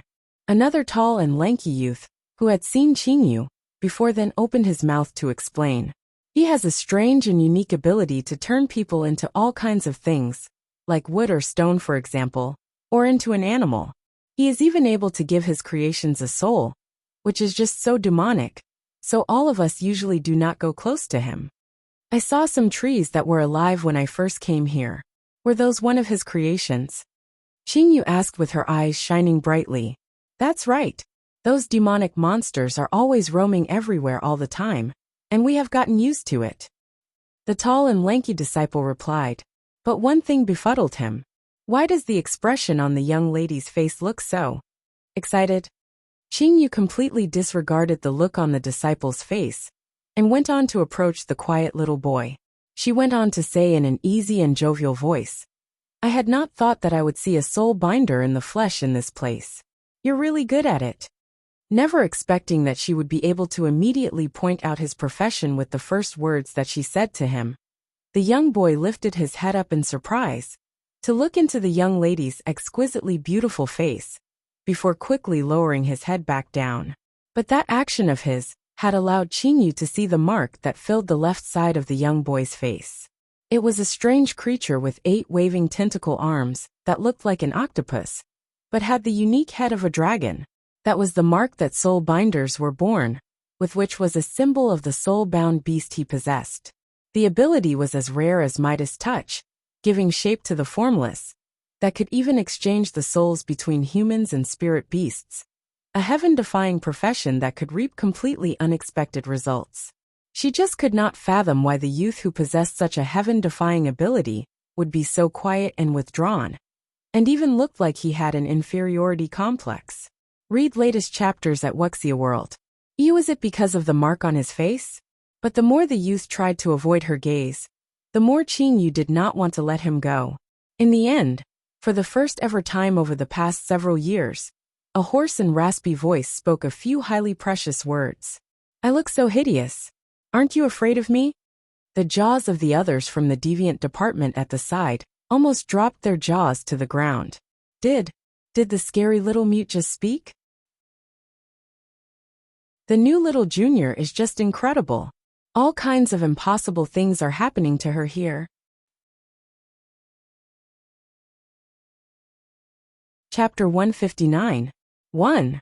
Winning over the little boy faced with the youth's large limpid black eyes. It was seen that they still showed a hint of hesitation and timidity. Qingyu smiled gently and said, What is there to be afraid of? You are much better looking than most people. The mark on you is a symbol of the spirit power you are born with, so you should be proud of it instead. The youth was suddenly taken aback, and his entire body froze. The fair skin on his face turned red at a speed that could be seen by the naked eye, rising up till it reached the tips of his ears. This was the first time that someone did not despise him for his looks, but had instead praised him for being good-looking. Even the bound spirit beast in his body became so highly elated that it almost could not hold back from leaping out of the boy's body. When the doll-faced girl at the side saw that the corners of her lips turned up in scorn. Crazy! Why would she come suck up to the little mute out of the blue? Really can't understand what she is thinking. The tall and lanky youth then tugged at her sleeve, signaling her to not talk so much. The young lady was after all someone the chief favors now, and it would not be good if they come to offend her. Qingyu seemed to like the shy and bashful little boy very much as she said many things to him. In the end, when Qingyu reached her hand out, wanting to touch the mark on his face, the young boy became highly alarmed and quickly retreated back a step, like he was afraid of her touching him. With his face pale, he then said timidly, You must not touch me. Why? Qingyu asked in bewilderment. The expression on the youth's face then turned sad and mournful as he said, I am not able to control my own power. I will turn you into a monster. In the deviant department, he was the least conspicuous disciple. No one dared to have any contact with him, and he would try his best to keep out of everyone's sight, not wanting to show himself before them. He really did not want to cause anything irreversible to happen, because he was unable to rein in his powers. Because even he himself did not know how to change the strange creatures he had created back into their original selves. Only the chief was able to come close to him and remain safe and sound. Although the chief had always consoled him, but he just could not get over the fact that he had once turned a living person into a tree. The youth looked like he had withdrawn himself back into a sturdy little protective shell, not just to protect others from him, but also to protect himself. He was afraid that he would hurt others, but was more afraid that others might come to hurt him. Read latest chapters at Wuxia World. Qingyu sighed and tried her best to make herself look like a person safe to engage with. Her voice was exceptionally gentle as she then asked, What is your name? The youth's eyes flashed with a wary glint, and it was quite a while before he opened his mouth to utter two short words. Xing Tong. Everyone here had always called him Little Mute, and no one knew what his name really was, as no one had asked him. This beautiful young lady was the first person who was willing to take the initiative to ask him his name. But the very next instant, the friendly young lady who made him feel secure enough to engage with then did an action that would shock and astound any other person. Chapter 159. 2. Winning over the little boy before anyone even had the time to react. Qingyu's hand reached out to rest on the youth's cheek, and she smiled more beautifully than a flower as she said to him, The name suits you very well, as beautiful as the way your eyes look. Xing Tong was stunned into a daze, unable to move as his cheek felt the cool temperature on his skin, and it did not feel uncomfortable at all. The bound spirit beast in his body was like a happy little kid, longing for more of the highly caring touch of the young lady, enjoying it immensely. Why is he liking it so much? Shouldn't he be in a helpless fluster? terrified that his uncontrollable powers would turn her into some kind of hideous monster. Why doesn't he feel the slightest abhorrence or any resistance against it at all? Heavens! My eyes must be going blind. It was not known who said that, who then gulped loudly in horror. Has the little mute suddenly recovered? Who knows? Why not one of you step forward to let him touch you and see? Are you crazy? You go let him touch you yourself. The doll-faced girl was also in a state of shock. After hearing what all the others said, she then spotted a bird flying through the air above. She went on to strike the bird down from the air and threw it upon Xing Tong's body. In the end, they saw the expression on the youth's face changed in shade, and in the next instant, the bird was turned into an ugly toad going ribbit-ribbit non-stop. The bird immediately felt extremely uncomfortable, and it attempted to stretch its wings out to fly away. It came to discover in horror that its wings have disappeared, and when it cried out, its cry had turned into a horrible-sounding ribbit-ribbit. It was just flying past the place, and what has happened in just an instant? Everyone's face immediately lost their color. Fortunately, they had not touched little mute out of curiosity, or it would have been such a tragedy. Is the new little girl Junior a deity? Why is she completely fine and unaffected? Does being that good-looking give them such an advantage as well? It was out of utter surprise that Xing Tong's head, which had been bashfully lowered all this time, now came to lift up fully, and his whole countenance came to be revealed without any part of it hidden. Read latest chapters at Wuxia World. EU. Disregarding the left half of his face that was filled up by the mark of the bound spirit beast, the other half of his face had exquisitely fair skin, and a look that was enchantingly tinged with a hint of sadness, especially his pair of eyes. They were as beautiful as his name, a bright and shiny jet black, so captivating that one would not be able to take their eyes off them. The little mute has rather handsome looks. Everyone thought silently to themselves. Are you all right? Xing Tong asked anxiously, getting a little tongue-tied as his gaze remained fixed upon the young lady before him. Qingyu was tickled by the boy's careful concern, which made her laugh. Her phoenix-like eyes flashed with an astute glint, and she said, "It looks like you do like me deep in your heart after all. And look, you haven't turned me into some strange monster, have you?" Against the looks of utter amazement that Xing Tong and the others were giving her, Qingyu was actually aware of the real reason behind it. Chapter 159. 3. Winning over the little boy, she possessed the purest bloodline that was loved by all spirits. A bloodline that all living creatures could not help being attracted to. Hence, when the bound spirit beast in Xing Tong's body was touched by her, it became incredibly delighted, and was inevitably drawn to her, yearning to stick close to her. What are all of you doing clustered together there? It was time for morning lessons, and the classroom in the deviant department was empty, without a single person in there. Luo Lanji had followed the voices here, and had coincidentally bumped into Feng Tianhen along the way. Upon hearing his voice, one of the disciples immediately could not wait, but to run over eagerly to him. "Senior Chief, I'll be damned. Our new little girl Junior is just too godly. She touched little mute, and she is completely unaffected." Hearing that, the two men were clearly taken aback as well. They raised their eyes and immediately saw just below a tall tree a youth sitting obediently there, looking rather frightened. Qingyu was squatting just in front of him, talking to him with a smile on her face, and even stretching out one of her claws to pinch the boy's face. The youth did not flinch or dodge, but just sat there red-faced, allowing her to do as she pleased. Feng Tianhen's eyes narrowed, and he took a few steps to walk over there. He grasped the young lady's arm and pulled her up to her feet. With a voice that wasn't as gentle as before but tinged with a certain deep darkness, he went on to ask, "What are you doing?" Xing Tong's eyes stared wide like a startled little fawn. "Chief." Qingyu creased up her rose and flung off his hand in great displeasure. "Doesn't Senior know that appearing so suddenly out of the blue like this can scare the life out of a person?" The difference in her demeanor at that moment was as different as light and day, compared to the caring and concerned person towards Xing Tong earlier. The new little girl Junior was indeed highly favored. To think that she dared to speak to the chief in such a manner. "How come I did not know that you were so timid?" Feng Tianhen said with a laugh when he heard that. His eyes then turned to the frightened Xing Tong. Don't you know that you should have kept your distance away from her? The look on the youth's face then became even uglier, turning a pale shade as his body trembled slightly. When Qingyu saw that she stood in front of him, protectively to block Feng Tianhen. Why are you bullying a kid for nothing?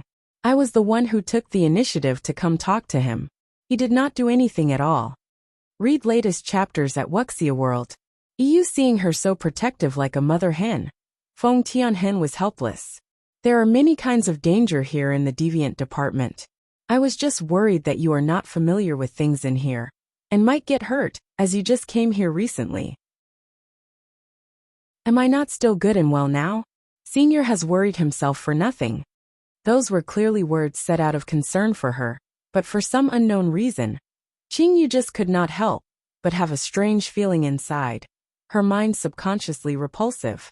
To put it more accurately, right from the very beginning, she had felt a kind of repulsion towards Feng Tianhen, and she couldn't really pinpoint the reason for it, but her body just seemed to resist him coming close to her.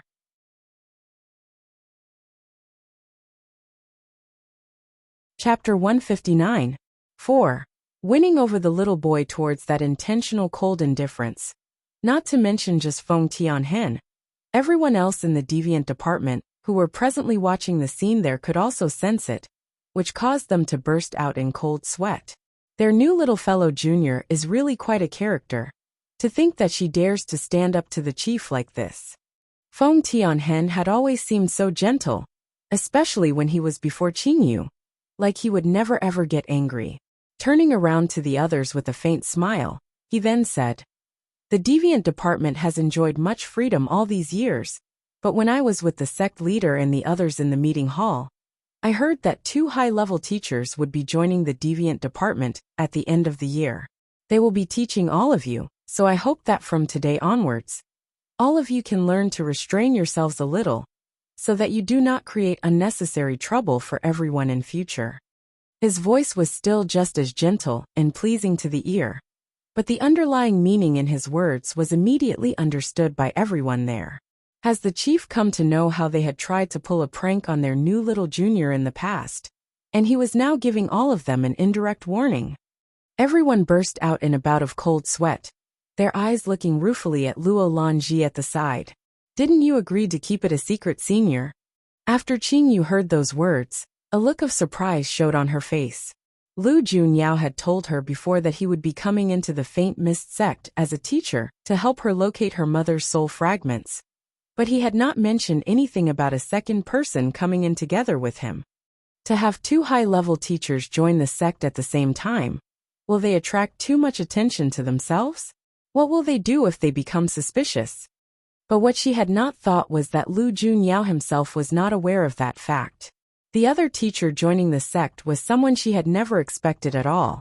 It was just deep autumn when the Faint Mist sect's recruitment trials started, and in a blink, the weather was already starting to turn colder and colder, the season running straight into winter when the first snowfall fell. Not including the years she spent roaming everywhere as a formless spirit. This was the 7th year since Qingyu came to this other world. But this year, she finally did not need to be holed up within the tiny tranquil abode inside the Duke of Eternal Peace Manor. Time passed in a whirl, and they had been in the Faint Mist sect for more than half a month, and many of the people in there had come to be acquainted with each other. Besides Qingyu, no matter whether they were sincere or being hypocritical, the other 11 disciples in the deviant department no longer ostracized Qingyu, because they just could not find anything to hate about her. Read latest chapters at Wuxia World. She was probably the kind of person that once people came to know well, they would not be able to help themselves but adore the person. Little Junior, come here quickly and have a look. Why do I suddenly have so many red spots on my face when I woke up this morning? An exaggeratedly shrill scream sounded from behind. Qingyu, who had been enjoying the snowy scenery outside, almost had her eardrums ruptured from the sudden screech, and she turned herself around in speechlessness. She was met with the sight of a tall figure who had his face covered and was glancing around furtively as he scuttled his way over, looking at her like he had just found his savior. However patient Qingyu could possibly be, she just could not hold herself back from saying with scorn in her voice, "What happened to you again?" Chapter 160. It's him? She had really not met any man more nitpicky than him. It could be overlooked if he was just always too concerned with his looks. But for him to get into such a mad panic when he was just bitten by a bug, and expecting her to cultivate some kind of miraculous elixir to ensure it would not leave a scar. She was driven to the edge of madness. She really wanted to blow up. She was an elixir cultivator, you know? Not some damn beautician. The man did not seem to have noticed the shade of her face, but had gone on to push his own face close to her with a pitiful look on his face. "Little Junior, have a look and see what kind of an illness I have been stricken with. Is it very serious?" Qingyu took a deep breath and forcibly pushed down the rage, threatening to well up inside, as she glanced at the man. "Did you sneak out to eat something secretly again last night? Huh? How did you know that?" The man asked in shock. "I have already told you that you have a sensitive constitution, and you must not eat things that are too stimulating. Why can't you just rein in your urges?" Qingyu asked, her brows creasing up as she felt a headache coming on, unable to recall how many times the man was kicking up such a big fuss over a small allergic reaction. Qingyu pulled a green porcelain bottle out from her sleeves and said to him, "This is the last time. Next time, don't come look for me even if you get disfigured." After that, she walked away and did not turn back no matter how loud the man called out to her. These people were really getting to be a little too much. If not for the fact that there were traces of her mother's soul fragments in this place, she would have left long ago. Young lady." As she walked, a snowball was suddenly tossed down from up above a tree. Fortunately, her quick reflexes allowed her to dodge in time, or that snowball might have blasted onto her head. Dread filled up inside Qingyu. She had immediately known who that was the moment she heard the voice. She gritted her teeth together and said, "What are you doing up there? You were waiting for me to pass just to attack me sneakily?" Her ears had already suffered under the grinding drone from the guy's back at the deviant department, and now this beast here had come running to join in the fun as well. She started to wonder just what Luo Junyao had been thinking, to appoint such a clumsy and simple-minded fool to come protect her. Is he sure that he wasn't just adding to her troubles instead? Read latest chapters at Wuxia World. The lightning blaze unicorn was a refined and handsome sight, dressed in a suit of white robes, almost perfectly camouflaged against the white snow that blanketed everything. But as he was really too tall in stature, but had chosen a branch that was only as thick as a baby's arm to crouch upon, he looked most comical, making Qingyu worry whether the branch would break under his weight. His head peeked out from behind the tree to look at her, his white teeth showing. "Young lady, where are you headed off to for fun?" Qingyu looked at him expressionlessly. "Are they always so relaxed at the martial department? How come no one noticed that you have sneaked out?" The lightning blaze unicorn's eyes widened as he started to explain.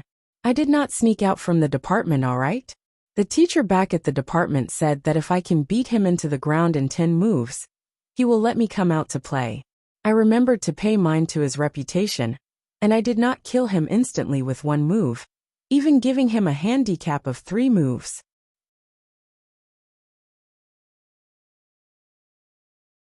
Chapter 160. It's him? Oh, you're really so thoughtful, aren't you? It could be overlooked if it was just a 12th level spirit beast picking on the weak. But when it was boasting about it so shamelessly, then she really did not know what to say. Moreover, could he not tell that the teacher was politely telling him that his demand to leave was being rejected? To think that he really went on to fight the teacher, to have disgraced the teacher right before so many other disciples. It could be seen that he really was just a simple-minded beast who was unable to understand the ways of humans. It was thought that he would surely be marked with hatred by the teacher after he returns back to the martial department. Come down here and speak. Why must you always hide yourself up on a tree? Her neck was feeling sore from craning her neck back to speak. Doesn't that fella mind getting pins and needles from squatting behind a tree the whole day? Hearing that, the lightning blaze unicorn then obediently jumped down from the tree. The falling snow had stopped, and an occasional sprinkling of snow would fall down from the trees. Several fresh sets of footprints could be seen running through the newly fallen snow. Qingyu followed beside the footprints as she walked, and then started to make perfunctory chatter with a certain beast with her. What has your lord been busy with recently? The lightning blaze unicorn thought it fun, and imitated Qingyu by following the footprints as he listened to her speak. He then subconsciously answered without thinking. Huh? I think the lord went back to cloud heaven. Qingyu was dazed for a moment, and her footsteps halted. Did anything happen? Why did he suddenly go back? I am not sure, but my lord said that he will come to the Faint Mist sect once he has dealt with some business. He will probably be back in a few days, the lightning blaze unicorn replied. Qingyu nodded and did not ask any more. As the man would frequently just appear by her side all of a sudden, it somehow felt a little strange that she had not heard a peep out of him for a good 2 weeks at a stretch now.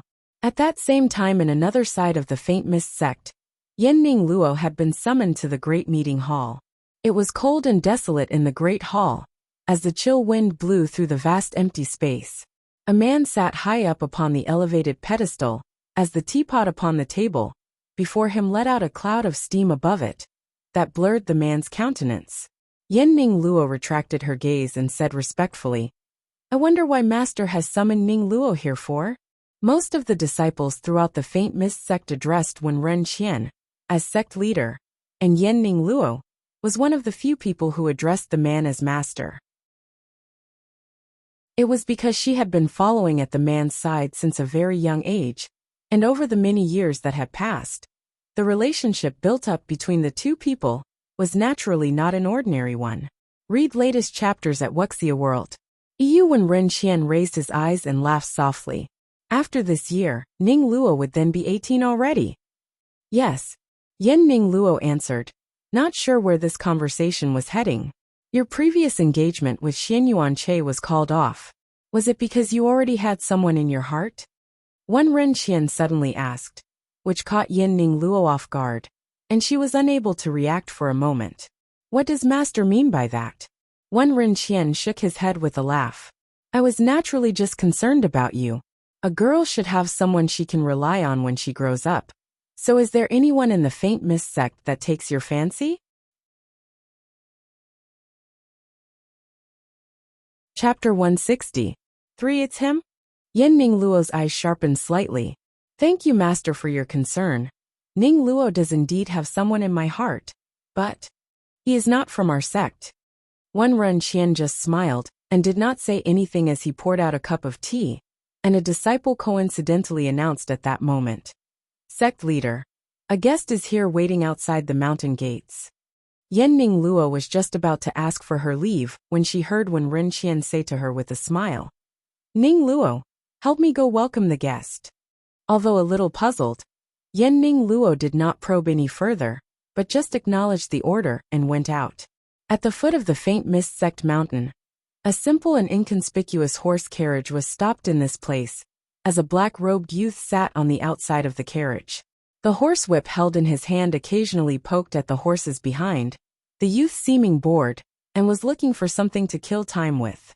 After a good while had passed, he turned his head and spoke to the person inside the carriage, his tone of voice sounding highly displeased. Lord, why hasn't anyone come out yet? Is the Faint Mist sect putting on airs now?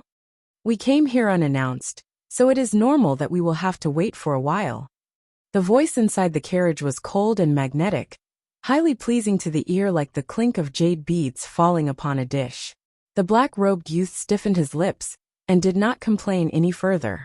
It then looked like he suddenly remembered something, and his eyes turned slightly as he asked with secret delight. Say, would that person be very happy coming to know about this? The person in the carriage did not respond for a long while. It was after quite a while that the voice inside then rang out. Hopefully she would not be mad at me. Why would that be? My lord has spared no effort, all because of...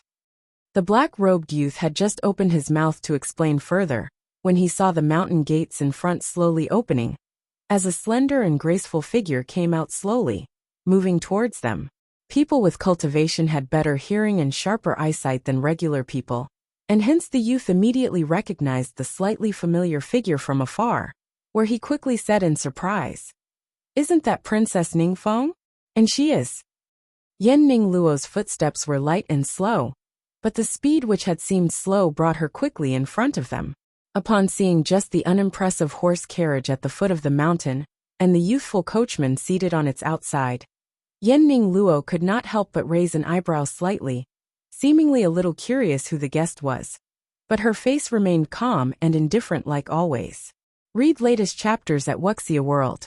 She parted her lips slightly and said, I came under the orders of the sect leader to receive our esteemed guest. Horse carriages are unable to go into the Faint Mist sect, so can I implore our distinguished guest to first disembark, so that I can walk you in. After a moment of silence, a large hand that was slender and fair then stretched out behind the curtain, a voice filled with iciness that would not melt over eternity just like before, the chill seeping into one's bones, but was so unforgettable, that said only 2 words. Appreciate the trouble. Yen Ning Luo's entire body froze, and her calm and indifferent eyes suddenly flared wide, like she could not believe that that was really the voice she had just heard.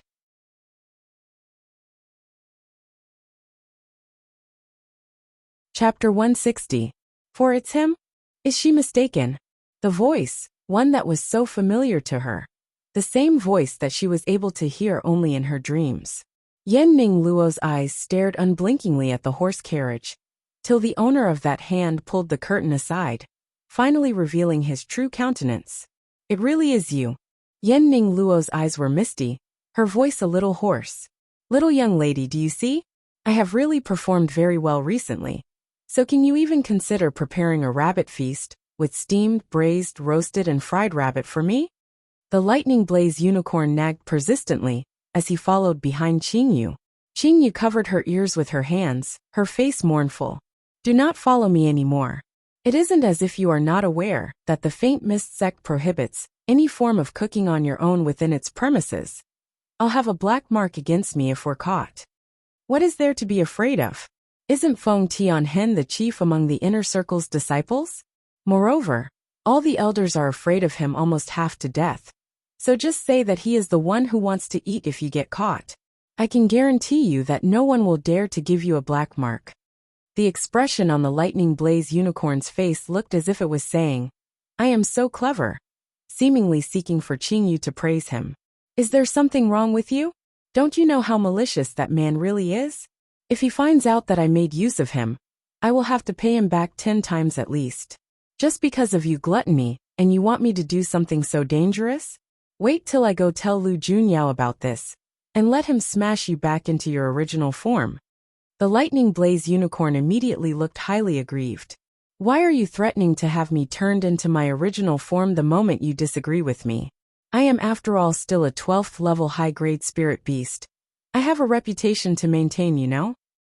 If you want to maintain your reputation, then use that clever mind of yours a little, and not come up with such silly ideas, trying to take advantage of me. Qingyu said with a cold stare. The lightning blaze unicorn then clamped his mouth shut ruefully. It was agreed that there would be a rabbit feast to eat if he performed well. The Lord lied to me again. I will not believe you again. Read latest chapters at Wuxia World. Qingyu was on her way back to the dormitory, when she bumped into the doll-faced girl from the deviant department. Compared to the malicious way the girl already tried to pick on her, she was not exceptionally friendly instead. Little Junior, where are you headed for? The girl asked as she latched onto Qingyu's arm. Tell you something. We have a teacher who came in today, and we are all headed to the classroom to go wait. The chief will also be there. Teacher? Qingyu raised an eyebrow. He arrived so soon. Didn't the lightning blaze unicorn say that he went back to Cloud Heaven? And he is already back. Qingyu did not think any further about it, but just allowed the doll-faced little girl to pull her along as they went on their way to the classroom.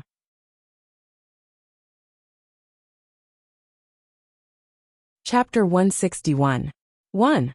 A wolf only has one mate throughout its life. When Qingyu and the doll-faced girl reached the deviant department, they found that everyone else had reached there, and they were the last to arrive. Feng Tianhen was leaning at the side of the window, his gentle and exquisite countenance staring into the snowy scenery outside with a faint smile hanging from his lips, a hazily unreal sight to behold. This man almost gave off a surreal feeling, when he was clearly close within a person's hand's reach, but it was impossible for them to get close enough to touch him. The others were gathered together and locked in heated discussion, but there was not a single person at the man's side, forming an independent space, an invisible barrier that no one was able to breach. Seeing her approach, the smile at the corners of Feng Tianhen's lips deepened, and his voice was gentle as he said, "You're here." Qingyu acknowledged with a slight nod of her head. Although they belonged to the same department, it was as the rumors say, Feng Tianhen seldom appeared before everyone, his movements unpredictable. Hence, though Qingyu did not like him all that much, but whenever feelings of disgust and hatred rose in her heart, he would then be far away from her line of sight, which worked out rather well for both of them. Sometimes, suspicion would grow in her as well, somehow feeling that the man understands her very well, but she just cannot recall that they had ever met before. The doll-faced girl watched her chief come walking over, and she quickly dodged away to the side. Although the chief was a very gentle person, but he did not indulge her like how he gave in to their little junior, so she thought she had better stay a little further away. "A teacher is coming here today, but you do not seem to be surprised in the slightest," Feng Tianhen said with a calm smile on his face. Qingyu lifted an eyebrow. "Surprise?" Feng Tianhen signaled for her to look at the others from the deviant department, and she saw that the expression on everyone's faces were looking rather excited, where even the highly introverted Xing Tong had a curious twinkle in his eyes. In contrast, she was incredibly composed, like she already knew about it beforehand. Faced with that man's eyes that seemed as though he had seen through something, Qingyu's face did not change in the slightest. A teacher is also just a human with 2 eyes and a nose. Is that anything to be so surprised about? Read latest chapters at Wuxia World. Feng Tianhen merely laughed softly, and did not say anything more. About another half an hour passed when they heard sounds outside. The sounds of footsteps reached their ears, and someone immediately scuttled over to the window to look outside. He then let out a cry of surprise. The sect leader actually came here personally? And right behind him that is our new teacher. That tone of unsuppressible shock made all the others even more curious. They slowly turned their gazes, and saw 2 people walking through the snow from afar. At the front, Wen Ren Qian was dressed in an elegant soothing green, and it was probably because the man behind him was just too eye-catching that caused everyone's eyes to disregard Wen Ren Qian completely, but were all fixed upon the tall and lean figure of the young man dressed in a dark red long robe, a cape over his back and a bamboo hat over his head. Chapter 161. 2. A wolf only has one mate throughout its life. Most people who practice cultivation were usually not afraid of the cold, so even in the wintry chill of snowy lands, they were usually not seen to be dressed in very thick clothes. But the man who looked to be only about 20 years of age, and should be a strong, strapping young man, was however bundled up tightly, like he was afraid of such weather. It was till the man came closer that it could be seen that his skin was indescribably fair, his complexion paler than that of a sickly elderly old man would be, like he was a creature who lived thirsty for blood, and seldom saw the sun. The color of his lips, however, struck a clear contrast against his fair, and almost translucent skin, the bright vivid red like blood. Looking upon his countenance, it really looked like the face had been carefully carved out by the hands of the Creator. Flawless in its beauty, brilliant and magnificent. He looked like a man who had walked out from a painting, his facial features beautiful to the extreme, so exquisite looking at them from afar. Not to mention gazing upon the face close up, just how stunningly handsome would he be? The teacher looks like he's just about the same age as us. Can he really teach us anything? And don't you think his looks are a little too capable of bringing ruin to a country and its people? How am I going to be able to still my heart and concentrate on cultivation like that? This voice that spoke through tightly clenched teeth had come from none other than the slightly effeminate-looking man, who was always overly concerned with his looks. The sect leader personally escorted the man here. I think he must surely be somebody. You can see that he is highly skilled with just one glance at him. And he doesn't look all that approachable and easy to get close to. Will he be very fierce? The doll-faced girl asked, her face looking very worried. Xing Ting lifted his head, and his eyes carefully studied the man. But he did not voice out his opinion. But then he suddenly spotted something, and he opened his mouth a little stunned. With a voice that was just barely audible, he said, "His eyes are green in color." Qing Yu was standing just beside him, and she had naturally heard the boy. Her eyes that were lowered subconsciously raised up to look outside the window, and unable to believe what she saw, her eyes widened slightly as she stood dazed in her spot. She had thought that the person coming here was Lu Junyao, and she had naturally not shown much surprise before. Never had she ever thought that the person who was coming here would be. Within the span of time those thoughts ran through her mind, when Ren Qian, and the young man was at that moment already slowly walking in. The man lifted a hand to lightly flick the snow off his shoulders, before he pulled off his bamboo hat.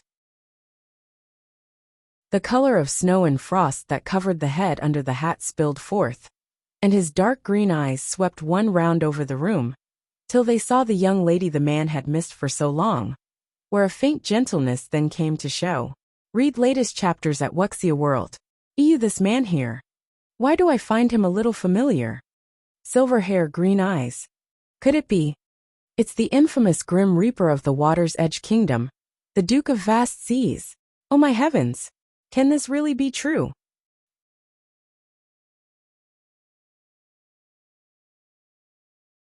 Chapter 161. 3.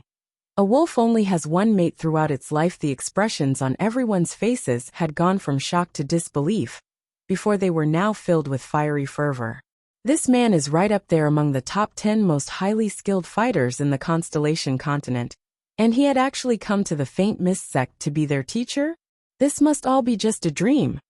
Seeing every single one of them getting so excited they were no longer themselves, when Ren Qian could not help but laugh out loud. He then looked at the man beside him and said, "Looks like you are really famous in these lands. See how happy all of them are." "It's my honor." Qing Yili nodded slightly, the expression on his face unchanged.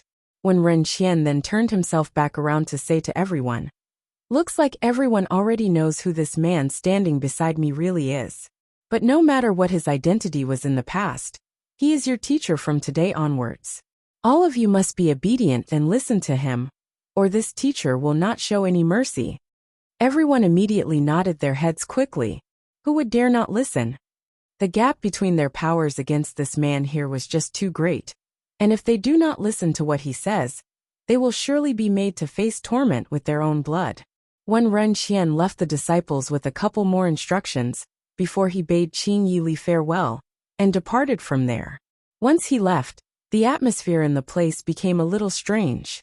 Feng Tianhen had kept his eyes on the man since the man had come in, and his gaze never left the man. He saw that the man's beast-like eyes had been locked onto him all this time, looking as if the man was going to tear him into shreds at any moment.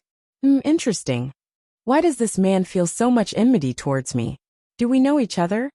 Back when I was traveling through the lands, I was fortunate enough to pass through the borders of the Water's Edge Kingdom, and there was no one that was unaware of the Duke of Vast Seas' fame.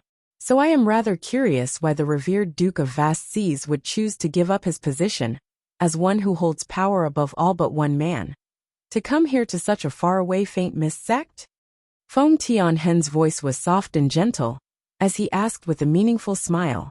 Qing Yili took 2 slow steps closer to him, and said in a cold, hard voice, "To each his own. Though power and authority is highly enticing, but there are other things more precious than that." As he spoke, he noticed that the young lady had a rather complicated expression on her face, as she fixed her gaze upon him, which he could not help but start to feel uneasy. Why hasn't she said a thing? Does she blame him for coming here uninvited?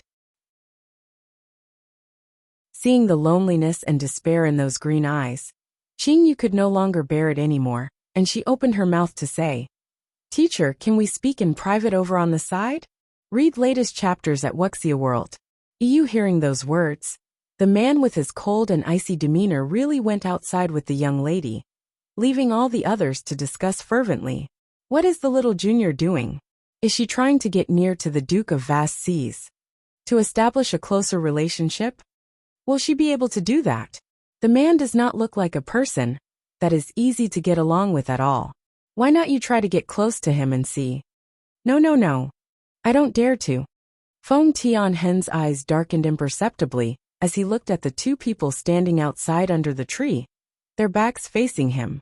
He did not know what they were talking about, but he just had a feeling that the two of them were acquainted. Chapter 161. 4. A wolf only has one mate throughout its life. Feng Tianhen had not missed out on the fact that the man's gaze had remained on Qingyu for very long. Qing Yili had given up on everything in the Water's Edge Kingdom, and he was now no longer the Duke of Vast Seas. Though that was known by only a few people internally, the news not yet spread.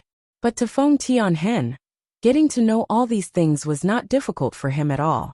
To a man like him, the most important things were power and position, to stand unmatched upon the highest pinnacle. Qing Yili had money and authority, and he was one of the most powerful pugilists throughout the lands.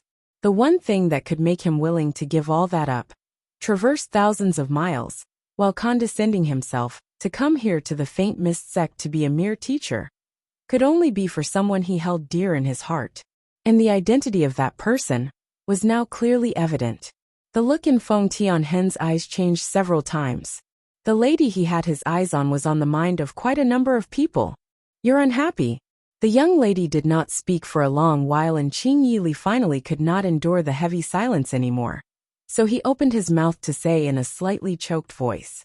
And Qing Yili must have undergone a rather earth-shaking struggle in his heart before those words came out of his mouth. Qing Yu lifted her eyes and looked at the man's forlorn expression. The brows that were as exquisite as a painting were slightly furrowed, making the man look as if he was feeling incredibly guilty. You're not wearing your mask anymore? Qing Yu suddenly asked. Not responding to his statement, Qing Yili was taken aback a moment before he said, I have been taking the elixirs you gave me, and you will basically not see any difference anymore. Didn't you say that you wish that I can be a normal person? Qing Yu could not help but laugh.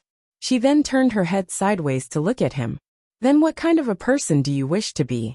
The man pressed his thin lips together, and it was quite a while before he said, I wish I can become the man that you wish me to be. She was suddenly stunned, and she was unable to speak for a while.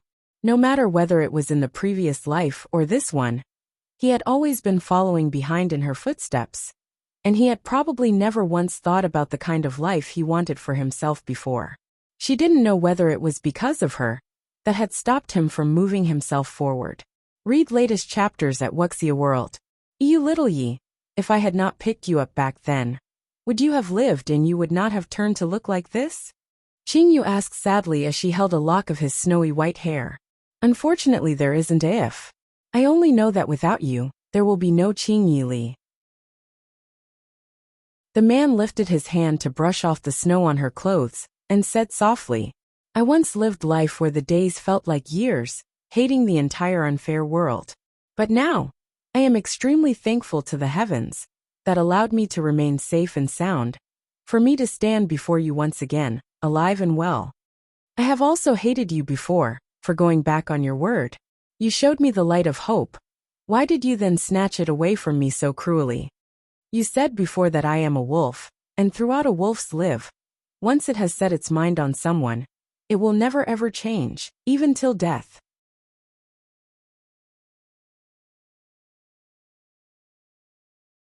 Chapter 162. 1. Even touched her hand? Something's definitely afoot. He had always been a man of few words, and this was the first time seeing him say so many words. In the previous life, he was like a shadow that followed around her, never having much of a presence, but protected her silently at the side, only appearing whenever she was faced with danger, ridding all obstacles in her way. While she laughed uninhibited under the sun, he only dared to secretly watch her from within the darkness, in humble servitude, all done carefully, like he was afraid to shatter the peace. But he was destined to not be ordinary. With the blood of the wolf tribe in his body, mysterious and incredible power lay hidden in his body. That was a terrifying weapon that the wolf tribe had been looking to discover, for them to research and develop. Power that would be unimaginable once it was unlocked. The first time that Qingyu saw the man's form change, she already had her suspicions on his identity, so she did everything she could to conceal it for him by distracting and diverting people's attention, where even at the point of her death, she had not forgotten to remind him to go far away from there, to protect himself. But what she had not thought was that her death would become the detonator that completely ignited Qingyu Li's transformation. What was even more unexpected was that he was even able to follow her to this other world.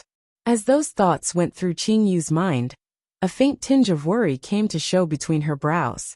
Meeting the man's earnest and passionate eyes, her lips moved slightly as she said in a soft voice, "Little Yi, it is not safe here by my side."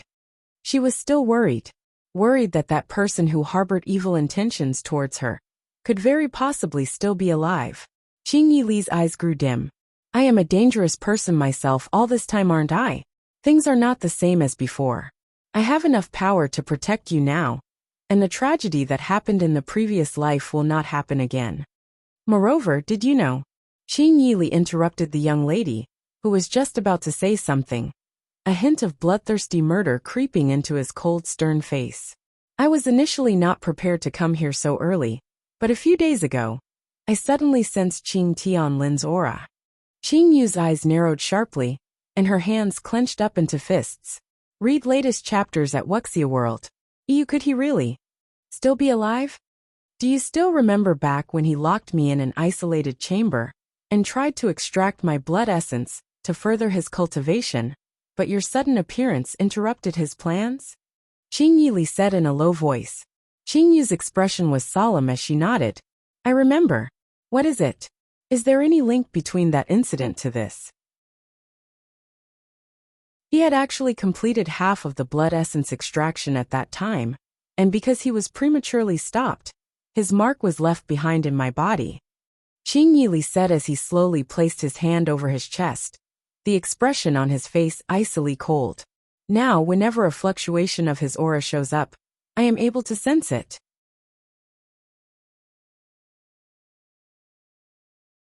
Chapter 162. 2. Even touched her hand? Something's definitely afoot. If he is really still alive, then you will definitely be the first person he will be looking for. After all, for the position of the family head, he has shown he is capable of committing all kinds of heinously mad and lunatic deeds. Qingyu Li said with a hand placed on the slender young lady's shoulder, looking deep into her eyes. "Only when I am by your side can my mind be at ease. At least when he appears, I can stand in front of you to block him, to shoulder a part of the danger for you. All of this has nothing to do with you, and you do not have to wade into these troubled waters." Qingyu said with her eyebrows furrowed together as she shook her head. "I will definitely come to face him in the end, and with or without your interference, what must come will still come. It is something I will not be able to avoid." The strength Qingyu Li exerted in his hand suddenly increased as he held her tightly, his dark green eyes tinged with a bit of paranoia and insanity. "I will not allow you to face all that danger on your own. I've said it before. Only when you are well and alive will I be able to live as well. You are my very life, so you know that?" Unconsciously, the strength of his grip drove pain into her shoulder. Qingyu merely showed a helpless smile, and could only temporarily reassure for the moment. "I know, so I will not let anything happen to me, all right? Having been reborn into this world, I have come to treasure my life more." Qingyu Li looked measuringly at her for a long while, to ascertain that she was not merely trying to brush it off before he released his grip. The young lady let out a breath as if in relief, her tiny face creased as she massaged her shoulders. That was when Qingyu Li realized that he had used too much strength earlier, and had hurt her. He was immediately in a fluster as he apologized. "I'm sorry. Did it hurt very much?" She looked so petite and frail, so how could she possibly withstand the kind of strength he possessed? Upon seeing the man whose face had just looked like, "All who oppose me shall die," now turned to be so gentle and carefully concerned, Qingyu could not help but burst out laughing. I am not made of paper that will crumple just by gripping it, you know? Why are you looking so worried? The expression on Qingyi Li's face did not relax in the slightest, but maintained its stern look. You are indeed that frail. I remember how you would wail and burst into tears whenever you merely scrape your skin when you were young. Qingyu was speechless. How frustrating.